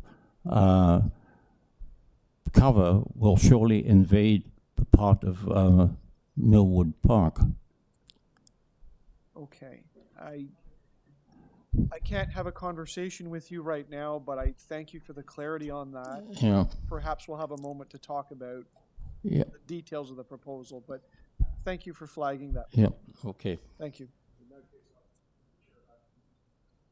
Thank you, Mr. Vice Chair. We do have one more name, Kathy O'Toole. Is Kathy here? Great. Good morning, Ms. O'Toole. Welcome to the Community Council. You have 5 minutes. Please go ahead. Hi. I'm a longtime resident of Markland, and I'm around the corner from 210, so I've been seeing what's going on with the parking. And I am curious in terms of the arithmetic that the developer has, that for every new unit, 0.6 of a parking spot is allotted. What happens specifically if there are 2 cars per unit? Where does the other fraction of that car, that second car, go? This isn't a rhetorical question. I'd like an answer. So I'll put the time on pause. Regrettably, I have to maintain an orderly meeting, and as a chair, I'm not allowed to dialogue or answer questions. It's just not our procedure. I'll invite you to talk to me later, and I'll be making some remarks along that lines. But I appreciate the question. Your process here is to address the committee with anything you'd like to say to us. So I'll invite you to continue, but I just wanted to give clarity on the process. Secondly, for consideration, what is going to happen during the construction to the traffic around Markland and Silverthorn Bush? Because as it stands, I'm on Broadfield, and with the construction on 210, the cars are all up and down my street. And so some resident solution is to call 311 and get the parking guy out, and then it's an ATM for the city. But it's not fair, as the other gentleman was saying. There's nowhere else for them to park. This is going to be a mess. And there's a lot of goodwill in Markland. We try and work closely with people. This is going to destroy a lot of the goodwill that has been built over the years. And this is something really to consider. Thank you. Any questions? No. I'll just check with the clerk. Is that the last name on the list? Okay. Thank you, Madam Clerk. Thank you to everyone that spoke. As we are at the end of the deputations, we'll bring this into committee, and I'll ask if there are questions of the staff. Okay, I'll pass the chair. I certainly have some questions of the staff, and I'll see what I can get through here because there's been a lot tabled. Do I need to run the clock on this or not? Clock's running. Okay. To the city staff, there were questions about the infrastructure, the supply of water and the storm water. Can someone explain, and they resonate with me, especially after the flooding, can someone explain how the process works and the difference between the development approval and the subsequent approvals which ensure that the city has adequate infrastructure to service these buildings? And who pays for all that? Thank you. Through you, Mr. Chair. My name is Sean Wren. I'm the acting manager in development engineering in Etobicoke, York. Anytime there's a development proposal of this nature that's going through zoning approval, the applicant is required to retain a civil engineering consultant to prepare what's called a functional servicing report. And that analyzes the impact of the development to the city's sanitary sewer, storm sewer, and water main system to demonstrate that the proposed development can be supported. And if the development triggers any infrastructure upgrades, the developer or the applicant is required to implement those.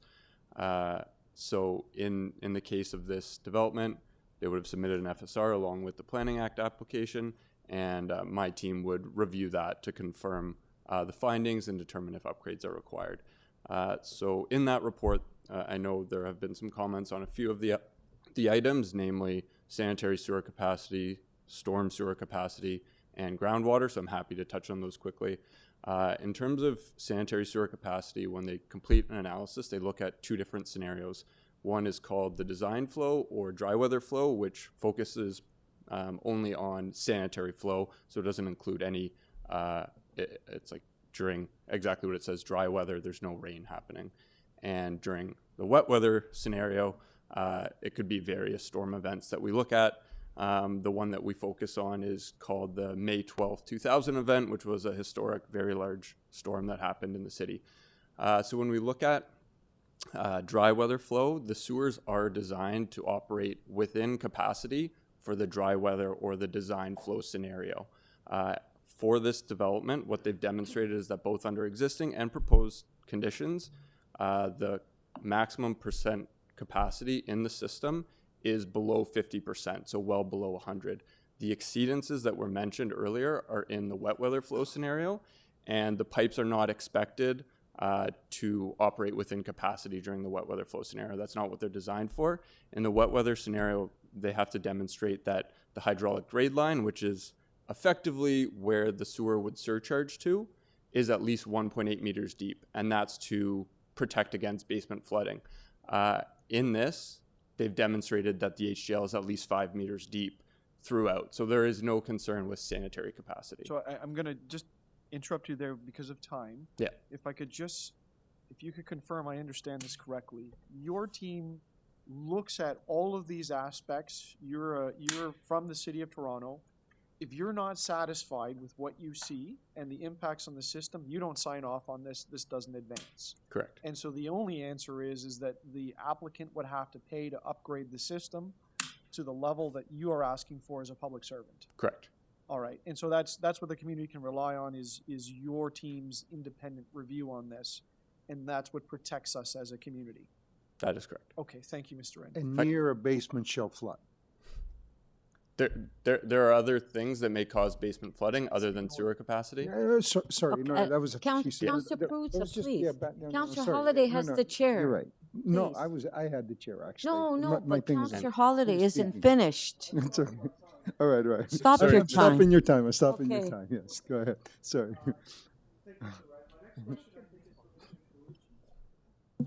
Thank you, Mr. Wren. My next question is from Mr. Nicolucci.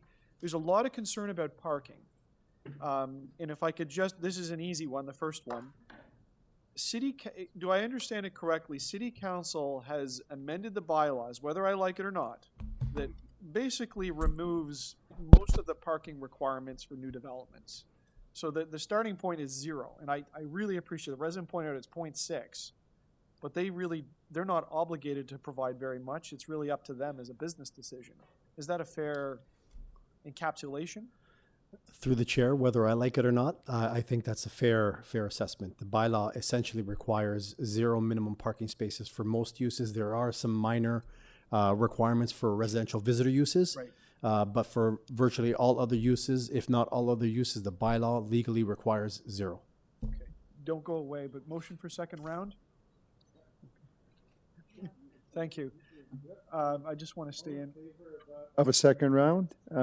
All opposed? That's carried. Let's have a second round. Thank you. During the construction phase, the owner of the property does not get forgiveness on the parking requirements for their existing tenants. Is that not correct? Through the chair, I'd like to say that's correct. My understanding is that there is the potential that during construction, if some parking spaces are lost as a result of construction activity, it may require or may result in the proponent temporarily not meeting the zoning requirement. But that's a question that I can't answer. I don't have that area of expertise. I've seen some cases where the answer is yes and some cases where the answer is no. That's something that Toronto Buildings would have to clarify on. The construction management plan is among the different tools that can help resolve interim parking issues. Is that not correct? And are there cases on other development sites where the developer was required to find surrogate parking? Through the chair, that is correct. We have to sort of differentiate, though, what the purpose of a construction management plan is. The purpose of a construction management plan is not simply to just look at zoning requirements and what the existing parking requirements are. It's also to accommodate construction activity. So there was a question raised by, I believe, one of the area residents in terms of enough parking spaces on site for trades that come to the site. That's something that's sort of looked at when the construction management plan is received.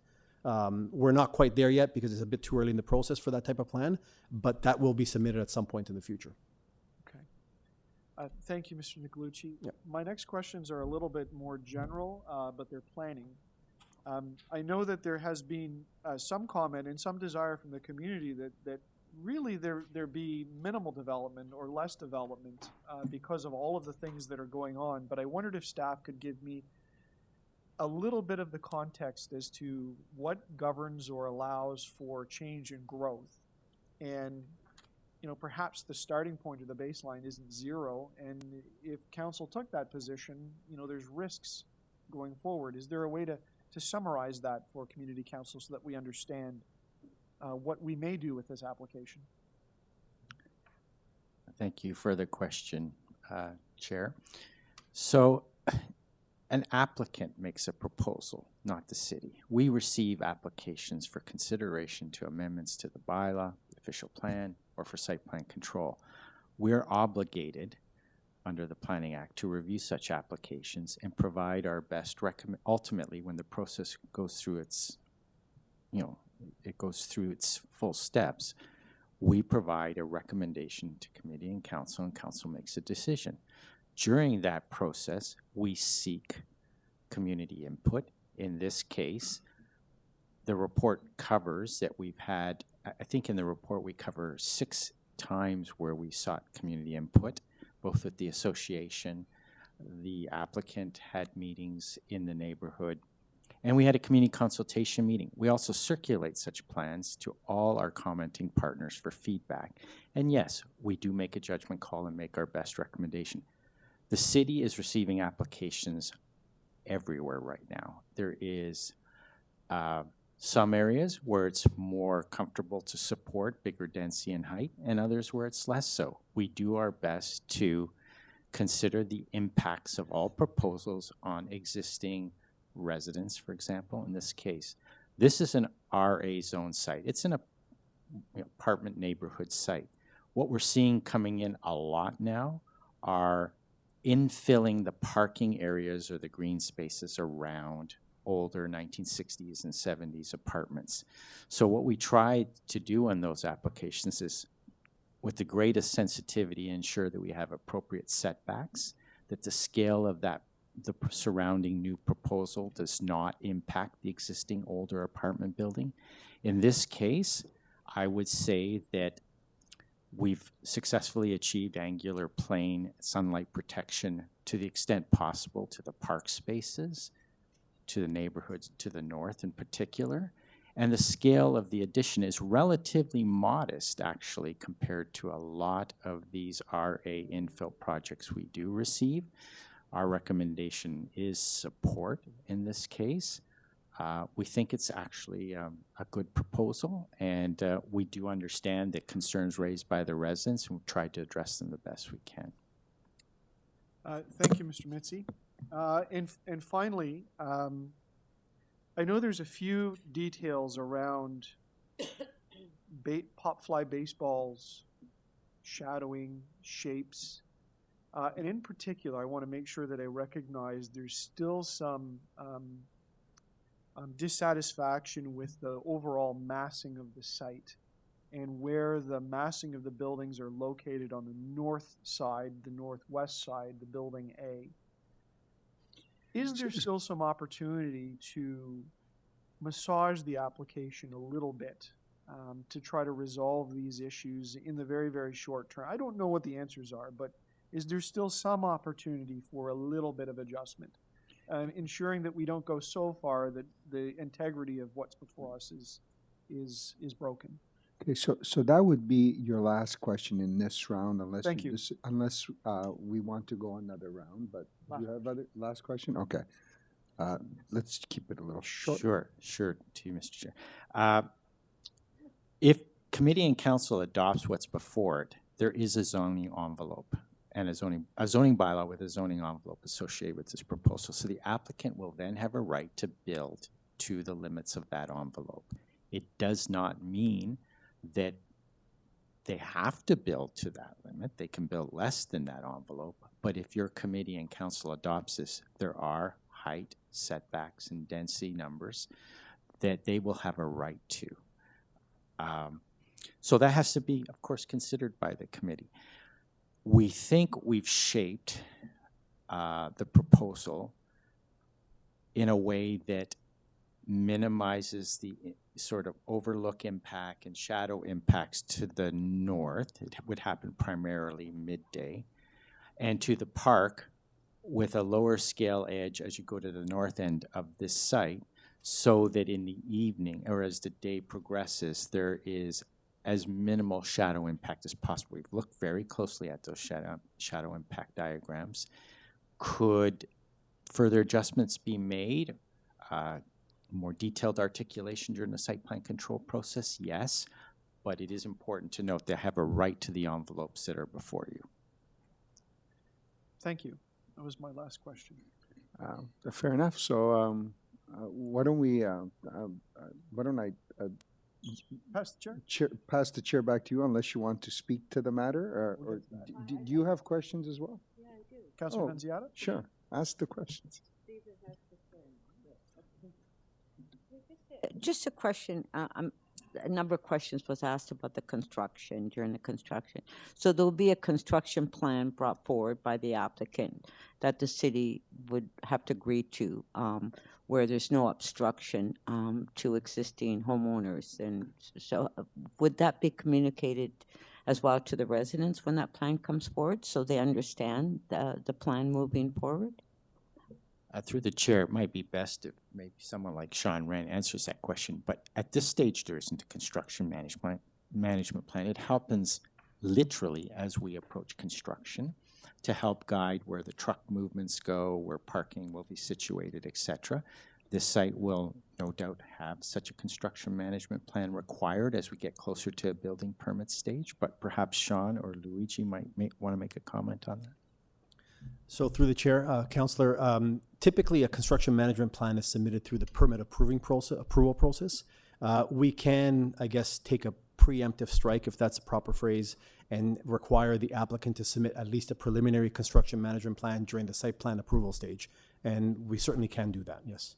Okay, so as far as I heard one of the deputants about the access to the park and that, so we would not approve a construction plan where it prohibits access to the park. That's something that normally wouldn't be done by the city, that's correct. No, I mean, Yeah. that would be silly. Yeah. Now, as far as the one of the deputants mentioned how he pays a monthly fee and to the owner and they don't get to park, is there anything we can do about that at this time? Through the chair, I'm personally not aware of what we can do legally from the city. I don't know if there's anyone else here that can answer that question. Oh, so, okay. All right, then just my last question. So Michael, so the process is this application is here for approval and it's going to go to Toronto Council. If by any chance it does not and the applicant has an opportunity to appeal the application? Yes. Once either a bylaw is passed, there's a time frame for appeal, or if council chooses not to adopt the bylaw, they have a right to appeal for lack of decision or lack of approval by council. Yes. Okay, and will be difficult at that time. Well, through the chair, I mean, they'll have before them a supportive departmental report. So. Yeah. Okay. Thank you. Thank you. Are there any other questions? Seeing none, I would like to speak, so I'll pass the chair. Please, you have 5 minutes. Thank you, Mr. Vice Chair. Madam Clerk, if you could display the motion. It's a lengthy motion, so I'll paraphrase it, and I'll give a few comments. And the first thing I would note in that is that I'm going to ask this applicant to remove a story from Building A, which is the building on the northwest corner. And this is the one that has been spoken about by the deputants. That's not in the report, but it's in my motion. It goes from 9 to 8 stories. The other components of the motion speak to parking. And if we scroll through them, the second one has to do with the provision of on-street parking, which does not allow on-street parking. It also puts a request to put a clause into whatever condo purchase or lease documents come up, that the parking is limited in this area, and that the next closest legal parking places for, say, overnight parking, they'll have to insert. There's some other motions along there. They also ask for collaboration between the city, the Bloor Baseball League, and permit holders in Millwood Park, and the councillor on anything that has to affect baseball. The next motion is to ask Development Engineering to consult with the League and the Residents Association about the construction management plan. And finally, there's a little detail in here about having to put up netting to deal with pop fly balls out of the park. And I'm going to ask the public service and the applicant to think about other ways to address that particular issue, but we don't have to figure that out today. But I wanted to add that in there because I think it's important, and I think it's an important aspect of this development that will be seen and will live on, and perhaps there are better ways to do it. More broadly, I hear the residents and a lot of the concerns about the pace and intensity of development in this neighborhood. I find it frustrating as well sometimes because a lot of people say, hey, councillor, can you just vote this down and make it go away? You know, we're happy with our neighborhood. We didn't want it to change. We've got a lot of concerns. It's tempting to just sort of vote no on it, but I have to be a responsible member of council, and I have to do my best to shepherd these things through so that the community walks away with the best possible solution. And I fear that if I did something like that, the owner would be within their rights to appeal this to a tribunal, and I have no say, the community has no say, and somebody else makes the decisions, and something worse could turn out. So here I am asking them to take a floor off their building, and I don't think that should be considered trivial in any way. I'm doing my best to try to manage the transition. I will also make the comment that between now and City Council, as asked for by the community and the Residents Association, I would like the developer and staff and myself to talk a little bit more about the massing. And I don't mean throw out the entire project, but is there ways to continue to sculpt this slightly to improve it? Perhaps there is, and perhaps there's an opportunity to go through some of those details in a way that we fully understand them. And I am sensitive to shadowing impacts and what it means. I will really make sure that I commend the developer, the Residents Association, and staff for doing a lot of work, and some of it without even my involvement, to try to take the original proposal and turn it into something that's a little bit better for the community. And I have to recognize that a lot has changed. Some developers will just put in for whatever and work through the system and not necessarily involve the community. I don't think that was the case here. Finally, I really am sensitive to issues around parking. I think that if we get into a situation like we do in the deeper urban parts of the city where there's on-street parking, that really changes the shape of the neighborhood. And I've put in a very stark motion here that says that people in that building will not be allowed to apply for on-street parking. The reason for that is not to make things hard during a construction process, which is something I'm going to pay a lot of attention to about how this developer plans to accommodate the residents through the construction and the tradespeople. It's about the long-term effect, because I recognize that council has removed those requirements from parking from the bylaw, and this type of motion puts the onus back on the developer to make sure that they put enough parking into their development to serve the needs of their future residents. If they're going to sell condos or rent apartments, they've got to do it. But I want them to know that they're not going to get away with dumping cars on the street. And I hope that the neighborhood appreciates that and the reason for doing that and why it's put into the bylaw and why it's so important. And finally, the last thing I would say is I really understand the concerns about capacity around water and sewer. We've got excellent public servants that will critique the work of this developer to make sure that they are ensuring that the system is adequate to accept what comes out of this building. In my experience, the takeaway is once new buildings come in, often the system becomes better because they're obligated to ensure that it's upgraded to an appropriate capacity. I get when things flood, especially during the summer, and I understand a lot about what has happened out there, and those extreme events are worrisome. but I want to make sure that they're not attached in a casual way to changes in development. And I would be telling you something that would be unwise to say that we would be able to throttle this development because of those capacity issues. I think we would find that the process works the other way. We have to evaluate this proposal on its merits, and the system and the city and the developer will have to bring the technical capacity up to where it needs to be, and there's a lot of eyes that go on that to check it. And I suspect there's some people in the community that will check that as well, and I invite their input and their criticism. With that, Mr. Vice Chair, I am over time and I appreciate your grace, but I wanted to make sure people understood this is very important, that this is not an easy development to steer through. It has not been easy for the community, but I appreciate everyone's effort, and I think everyone is doing their best to make sure that we can get the best possible outcome for the community, and I think that work is going to continue on. So with that, I will end my speaking and ask if there's anyone else that wishes to speak on this matter. Okay, on the amendments, all those in favor? Any opposed? That is carried. And on the item as amended, all those in favor? Any opposed? That is carried. Thank you, everybody. Okay, our next item is... Mr. Chair, if I can just interrupt for like 30 seconds. I didn't get a chance this morning to say adieu to Mr. Mitzi, and I wanted the opportunity to just briefly do that. I know that he was given the last word, but I too would just simply like to thank him for, for the work that he has done here. You know, we've gone through a period, a very difficult period, and leadership during that period has mattered. COVID, not just the sort of the turnover in the staff in the department, in the planning department. There was a huge turnover in people, but changes in work patterns and people's, desire to want to do things differently and so on.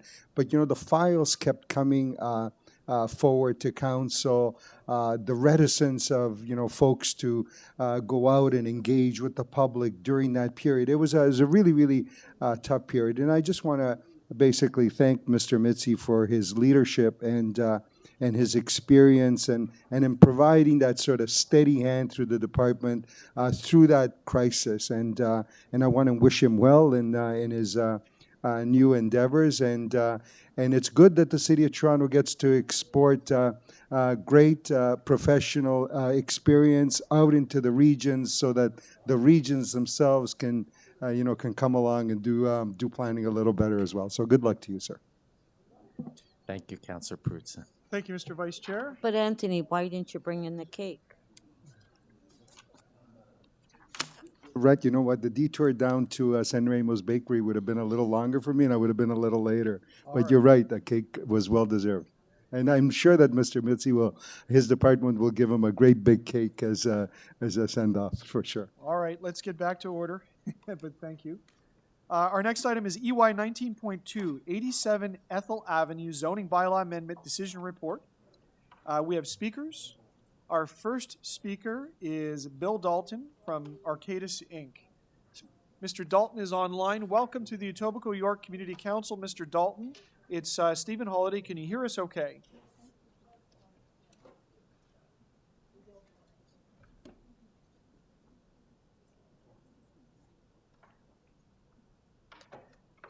Mr. Dalton, just so you know, we cannot hear you in the council chamber. Good morning. I think I was just unmuted. Great. We can hear you loud and clear. Welcome. You've got 5 minutes. Please begin. Yes, thank you. Excellent. Thank you. So good morning and Happy New Year. I'm Bill Dalton, a planner with Arcadis, and we are agents for 87 Ethel Avenue Holdings, Inc., the owner of the lands municipally known as 87 Ethel Avenue. We have been assisting the owner with their zoning bylaw amendment application, which is summarized in the approval report that is before Etobicoke York Community Council this morning, being item number 2025.EY19.2 on today's agenda.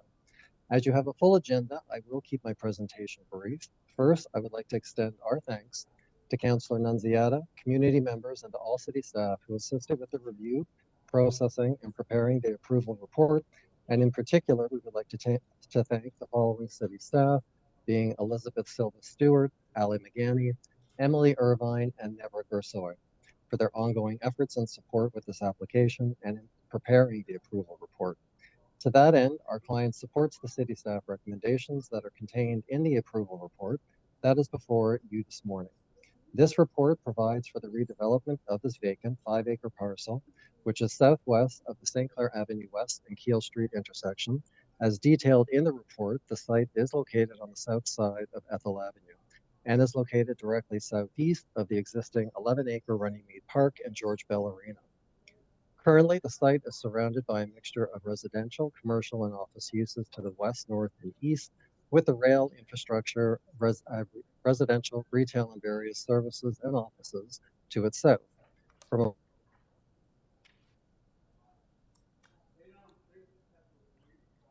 Sorry, we seem to have lost the sound.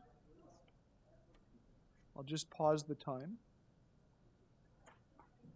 Do we have the speaker still online, or did we lose the connection? So, Mr. Dalton, I don't know if you can hear me. It's Stephen Holiday. We've lost your audio feed. The clerk staff advised they can still see you online.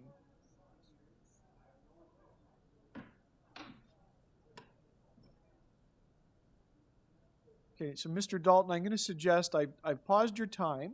I'm going to suggest that we go on to the next speaker, and we'll come back to you to finish your deputation. I just want to keep the meeting moving along, and we'll see if we can get the technical issues sorted out. So our next speaker is Mark Richardson from HousingNowTO.com. I don't see Mark in the chamber, so I'll see, is Mr. Richardson online? Good morning, Mark. It's Stephen Holiday from the Etobicoke York Community Council. Can you hear us okay? I can hear you okay. Can you hear me and see me okay? Yes. Welcome to the Community Council. You've got 5 minutes. Please begin. Is it possible for me to share a screen as well during my deputation? I'll just get the clerks to confirm yes or no. I'm hearing a yes, but just a moment. Okay.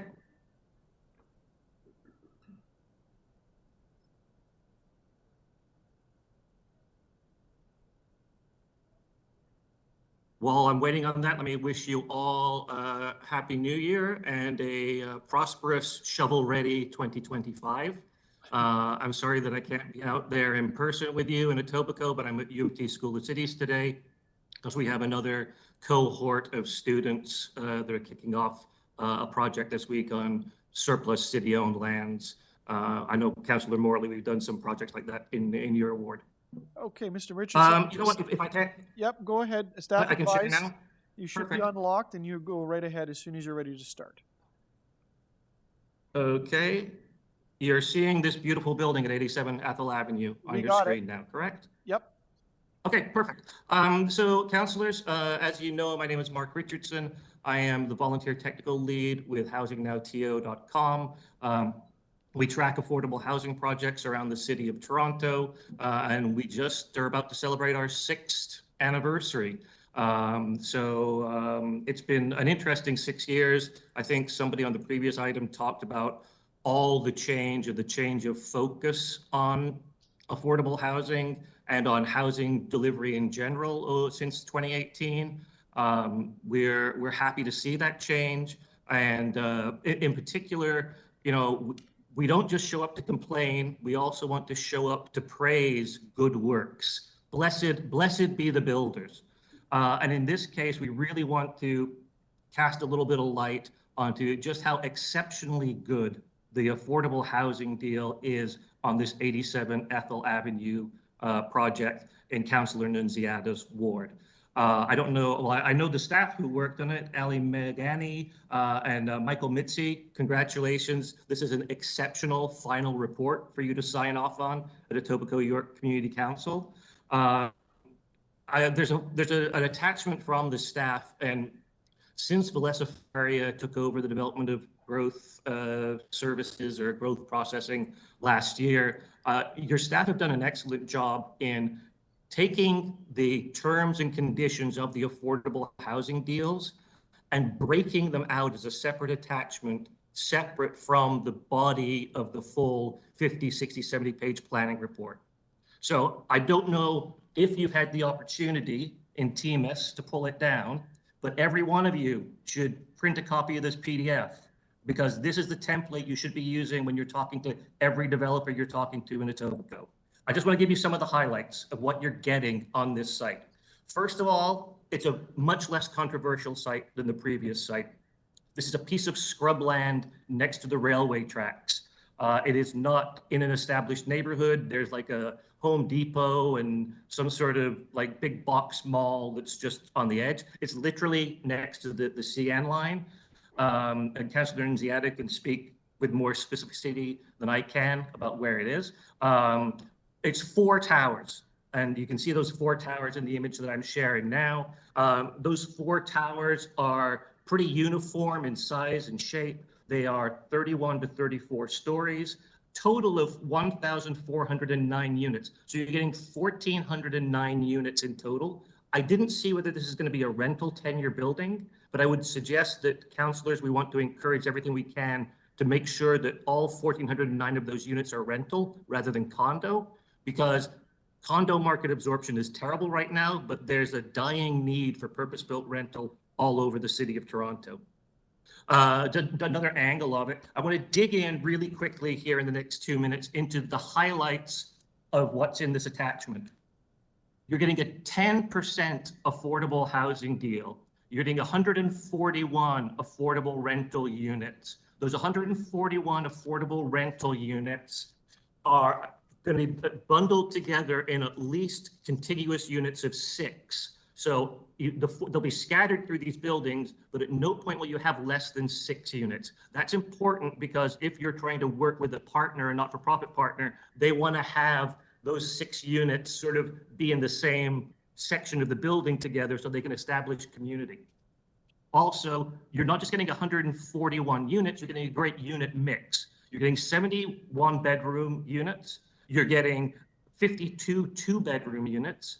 You're getting 93 3-bedroom units. So that's 70 plus 52 is 104 for the bedrooms, plus 57. So you're getting 231 affordable bedrooms in this development.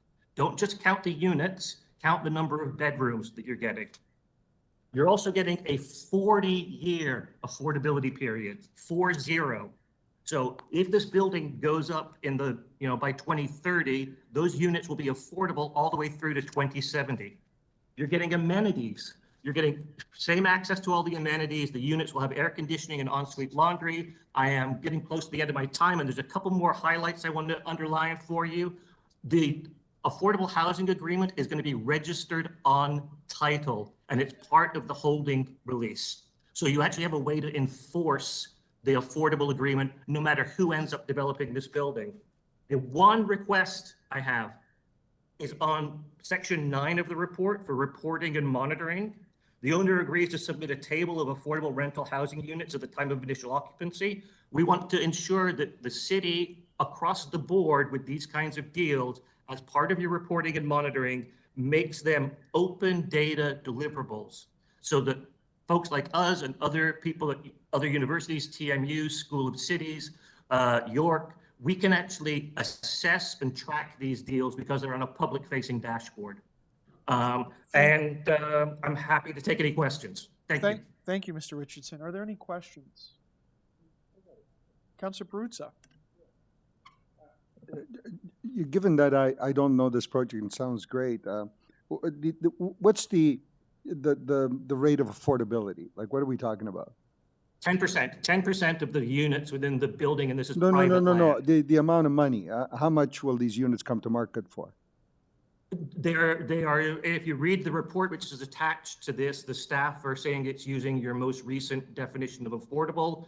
I think a 1-bedroom is about $1,200 a month, but maybe somebody on staff could answer that question for you. Like it's whatever the most recent definitions of affordable is that council passed August, September last year are the ones that would apply because the zoning is happening now. So it inherits the most recent policy that council has defined. Fair enough. I'd like to I would highly recommend that all I'll ask the read staff. the That's fine. report. Yeah. Yeah. I'll ask the staff, sure. Thanks. Thank you. Any other questions? Seeing none, we will go back to our first speaker, which was Bill Dalton. Bill, it's Stephen Holliday from the Etobicoke York Community Council. Can you hear me?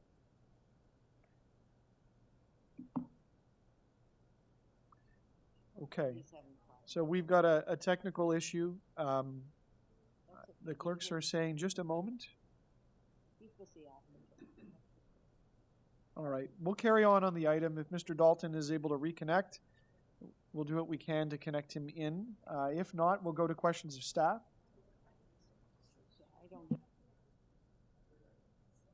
Councillor Perutz has some questions of staff. Please go ahead. Yeah, I just want to better understand that. So the rates of affordability, like, what are we talking about here? He was saying one bedrooms are going to come to market for $1,200 a month. Is that it? Through the chair. Yeah. Yes, Mr. Richardson was correct in that council revisits the definition and the rates pretty routinely. I think the last one was earlier this year. Unfortunately, I don't have that one bedroom, two bedroom, etc. number in front of me. I don't know if staff do. Yes, maybe Ali can. They're nodding answers. yes. No, I know. I want to understand it here with this project.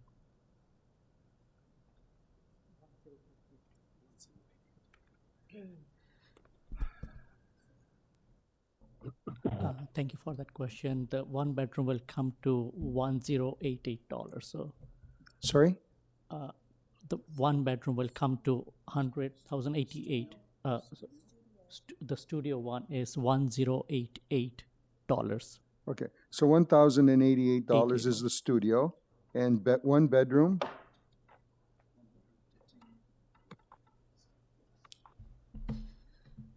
One bedroom is coming to $1,378.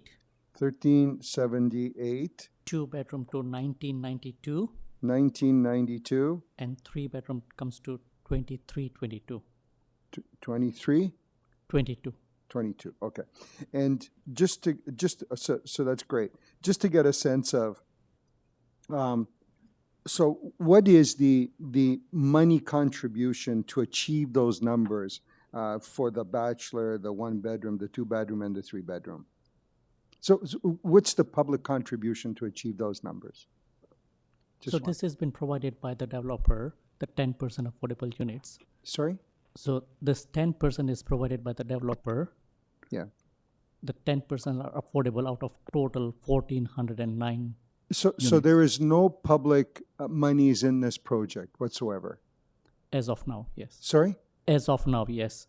So there's, as of now, yeah. So what is the public sector contributing to this project? There is nothing Is it just right density now. boosts? What, like additional density? What do we give? Yeah, through the chair. No, there's no public money put into this. There's This is the no- obligation of the applicant or the developer when they agree to provide a certain percentage of affordable units. The reason they're willing in some of these cases is because it will be offset by the net increase in density they get through this rezoning exercise to build the other market rents or market units on site. Right. So what's the equivalent of that? What does that come to, that density boost or that increase in density? So hello, hi. So the rationale for the 10% on this site has to do with the conversion request. As part of the conversion of this particular parcel from employment to residential, 10% was secured through that. Okay. So we allow somebody to take employment lands, industrial lands, change them to a residential use, right? That I presume creates a huge increase in land value, for example, right? And then that developer now takes that increase in land value and puts it into bringing down rents for some units for a 40-year period to start off at a much lower rate, for example, than otherwise they would start off in the market, right? And what's that?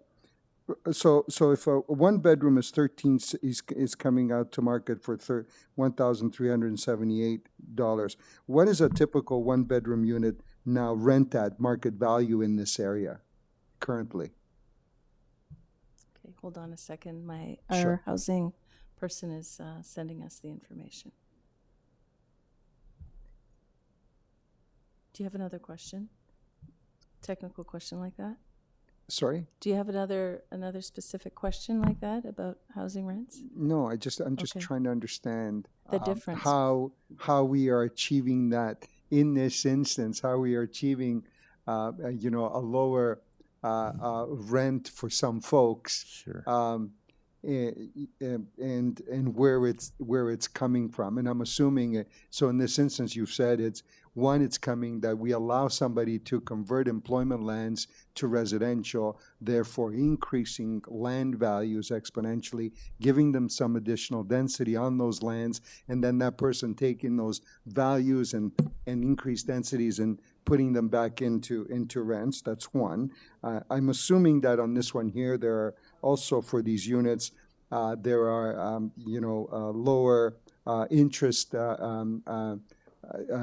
lower interest values that have been supported by I'm assuming the Canada Mortgage and Housing Corporation, for example. Are they contributing to this Last question. in that way?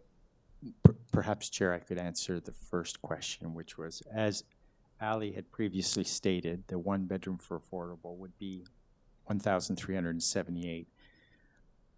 I think the data I saw earlier today related to a one bedroom in Toronto in January was the average rent was $2,073. Mm-hmm. So there's a substantial difference. No, absolutely. I don't disagree with that. I think you've achieved some amazing stuff, and I just wanted to understand how it is that you achieved it here. That's all. Are we at the end of the questions, or do we need a second round? We're at the end of the questions. Thank you. Sure. So I'll add that as for other supports, that I do understand that the applicant is looking into other supports. Okay. Okay. Oh, okay. So hang on, Councillor Nunziata. The clerks let me know that they were able to reconnect to Mr. Dalton. So I know it's a little bit of a variance of the procedure, but we lost the speaker due to technical issues. So I'm going to ask Mr. Dalton again, or can you hear me okay? I can. Great. Welcome back. I can. Can you hear me? Yes, we've got the first half of your deputation, so you have 3 minutes and 30 seconds. Please go ahead. Okay, great. Thank you so much. So from a policy perspective, the majority of the site is designated mixed-use areas, while the western end of the site has been designated open space park. And a small portion is located on the east end. Can you hear me? Yes. If you can just speak clearly into the mic, it'll help. Because it keeps telling me I'm unmuted and muted. So I'll continue. So in turn, as a result of several official plan amendments, including OPA numbers 537, 591, among others, the site is surrounded by parcels that also have been designated as mixed-use area, along with lands that provide for public open spaces, as well as some specific lands that provide for employment uses that are to be compatible with the various mixer uses that will be transforming this area into a new, vibrant, transit-oriented, mixed-use, and complete midtown community. That said, the site is currently well served by existing TTC services, including the 24-hour 501 St. Clair streetcar line, as well as several 24-hour bus lines, including on Keele and Runnymede streets to the east and west, respectively, of the site, both of which connect into the Bloor subway line south, and in future will connect with the soon-to-be opened Eglinton LRT to the north of the site. In future, the site will be even better served by way of a new GO station that will be located at the northeast quadrant of St. Clair Avenue West and Keele Street, being approximately 700 meters northeast of the site.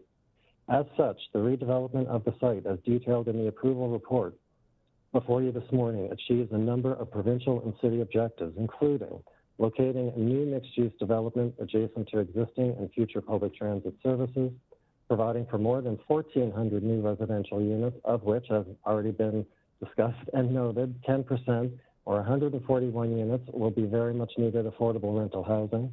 The site will also provide for a range of uses that will not only support the principles of a 15-minute city, but it will also assist in transforming this area to become a complete transit-oriented community as envisioned in the growth plan, the provincial policy statement, and the city's official plan.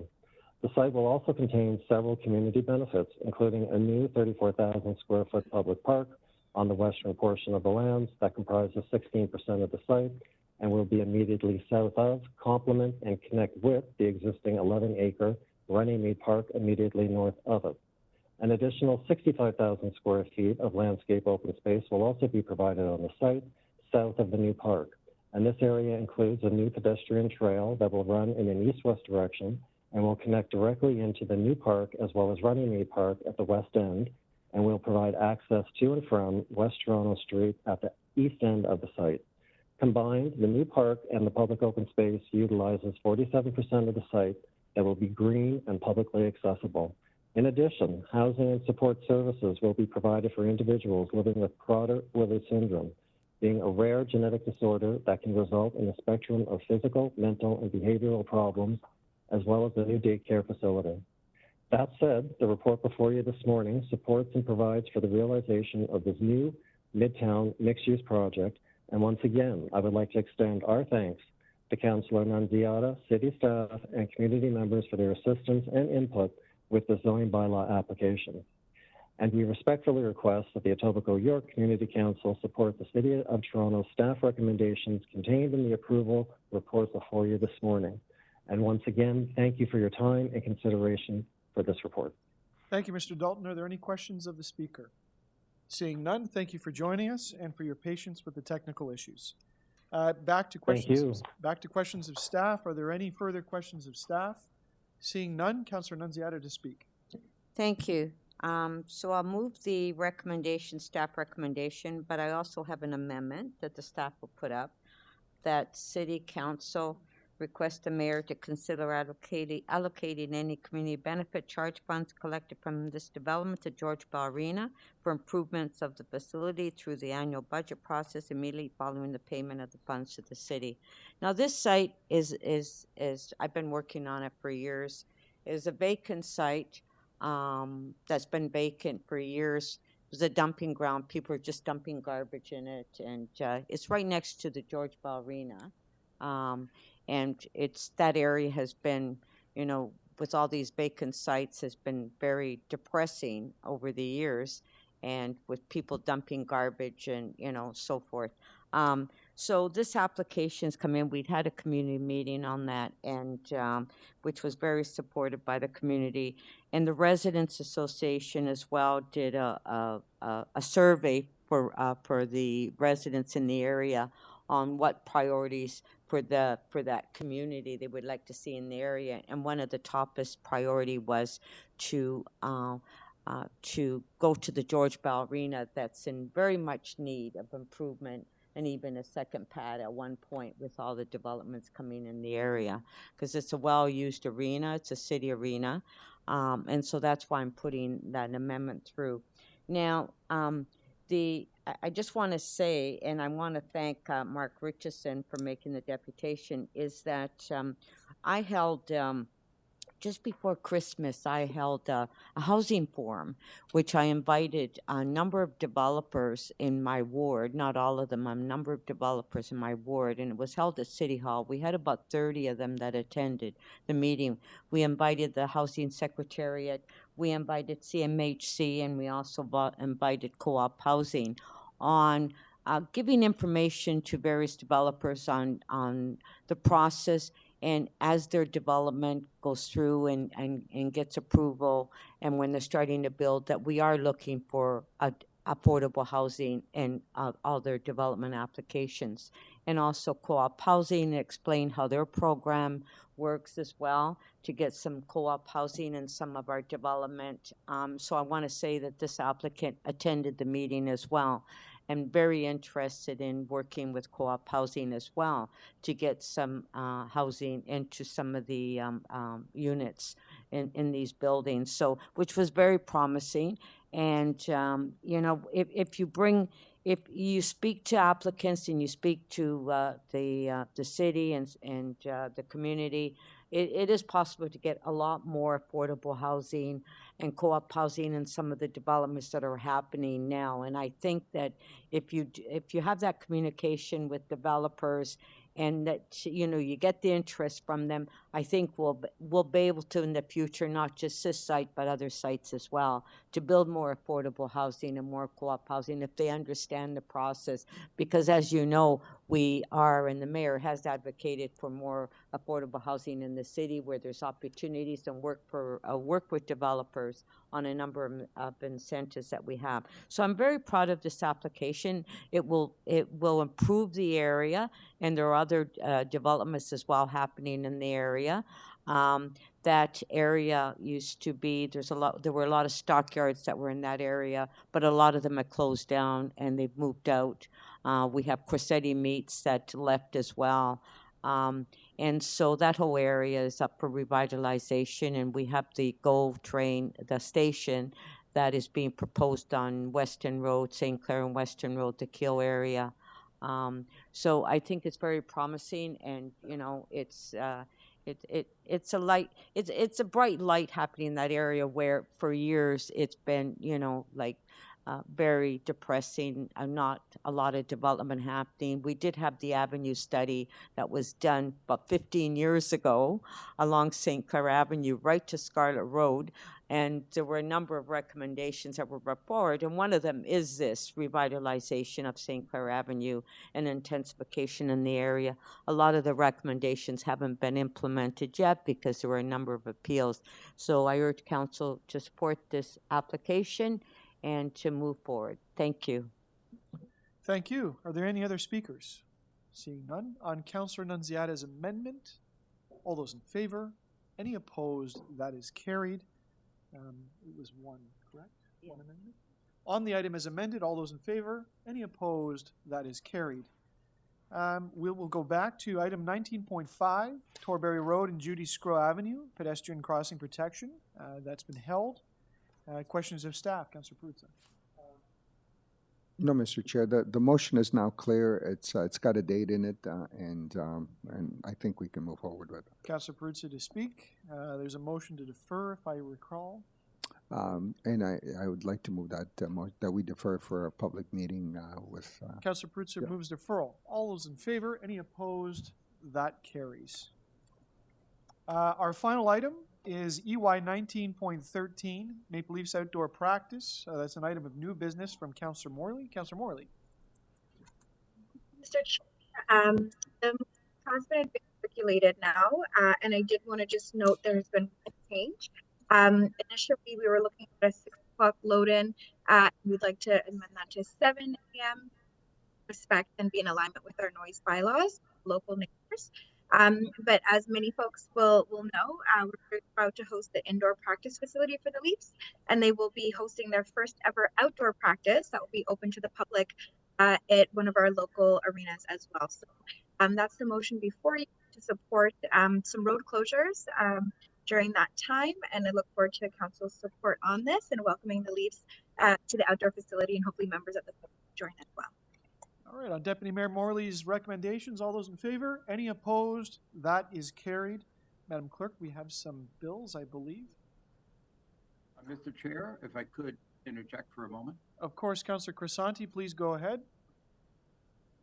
Thank you so much. I really appreciate the opportunity. I too just wanted to add my voice before we conclude this meeting to wish Michael, Mr. Mitzi, the very, very best in his future endeavors. It was such a pleasure and honor to work with you, Michael, for your leadership, the energy that you brought to every situation that we worked on together. So on behalf of myself, my staff, just want to wish you all the very best, and God bless. Thanks, Councillor Crisanti, and just, Thank, just thank so you, know, Councillor. Yes. Michael is smiling. You can't see it on camera, but I can. We all can. No, I can't see the smile, but I can feel it. Okay. Very good. Madam Clerk? Okay. May I have a volunteer to read motion number 1? The bills. Councillor Sure. Peruzza. The bills 1 and 2. Prepared for the January 4, 2025 meeting. 19 of the Etobicoke York Community Council be declared as bylaws and passed subject to Section 228.3 of the City of Toronto Act 2006. All those in favor? Any opposed? That is carried. And motion number 2, a volunteer. You want to see if I can read this one as well? Sure. Councillor Peruzza. The confirmatory bills to confirm the legislative proceedings of the Etobicoke York Community Council acting under delegated authority of meeting 19 on January 9th, 2025 be declared as bylaws and passed subject to section 225.9 of the City of Toronto Act 2006. All those in favor? Any opposed? That is carried. Madam Clerk, I'll confirm with you that was our last piece of business. I said 226. Okay. Did I say 5 or 6? Michael I thought Mitzi it was moves 6. adjournment. Oh, sorry. And we are adjourned. Thanks, everybody. Have a great day, everyone.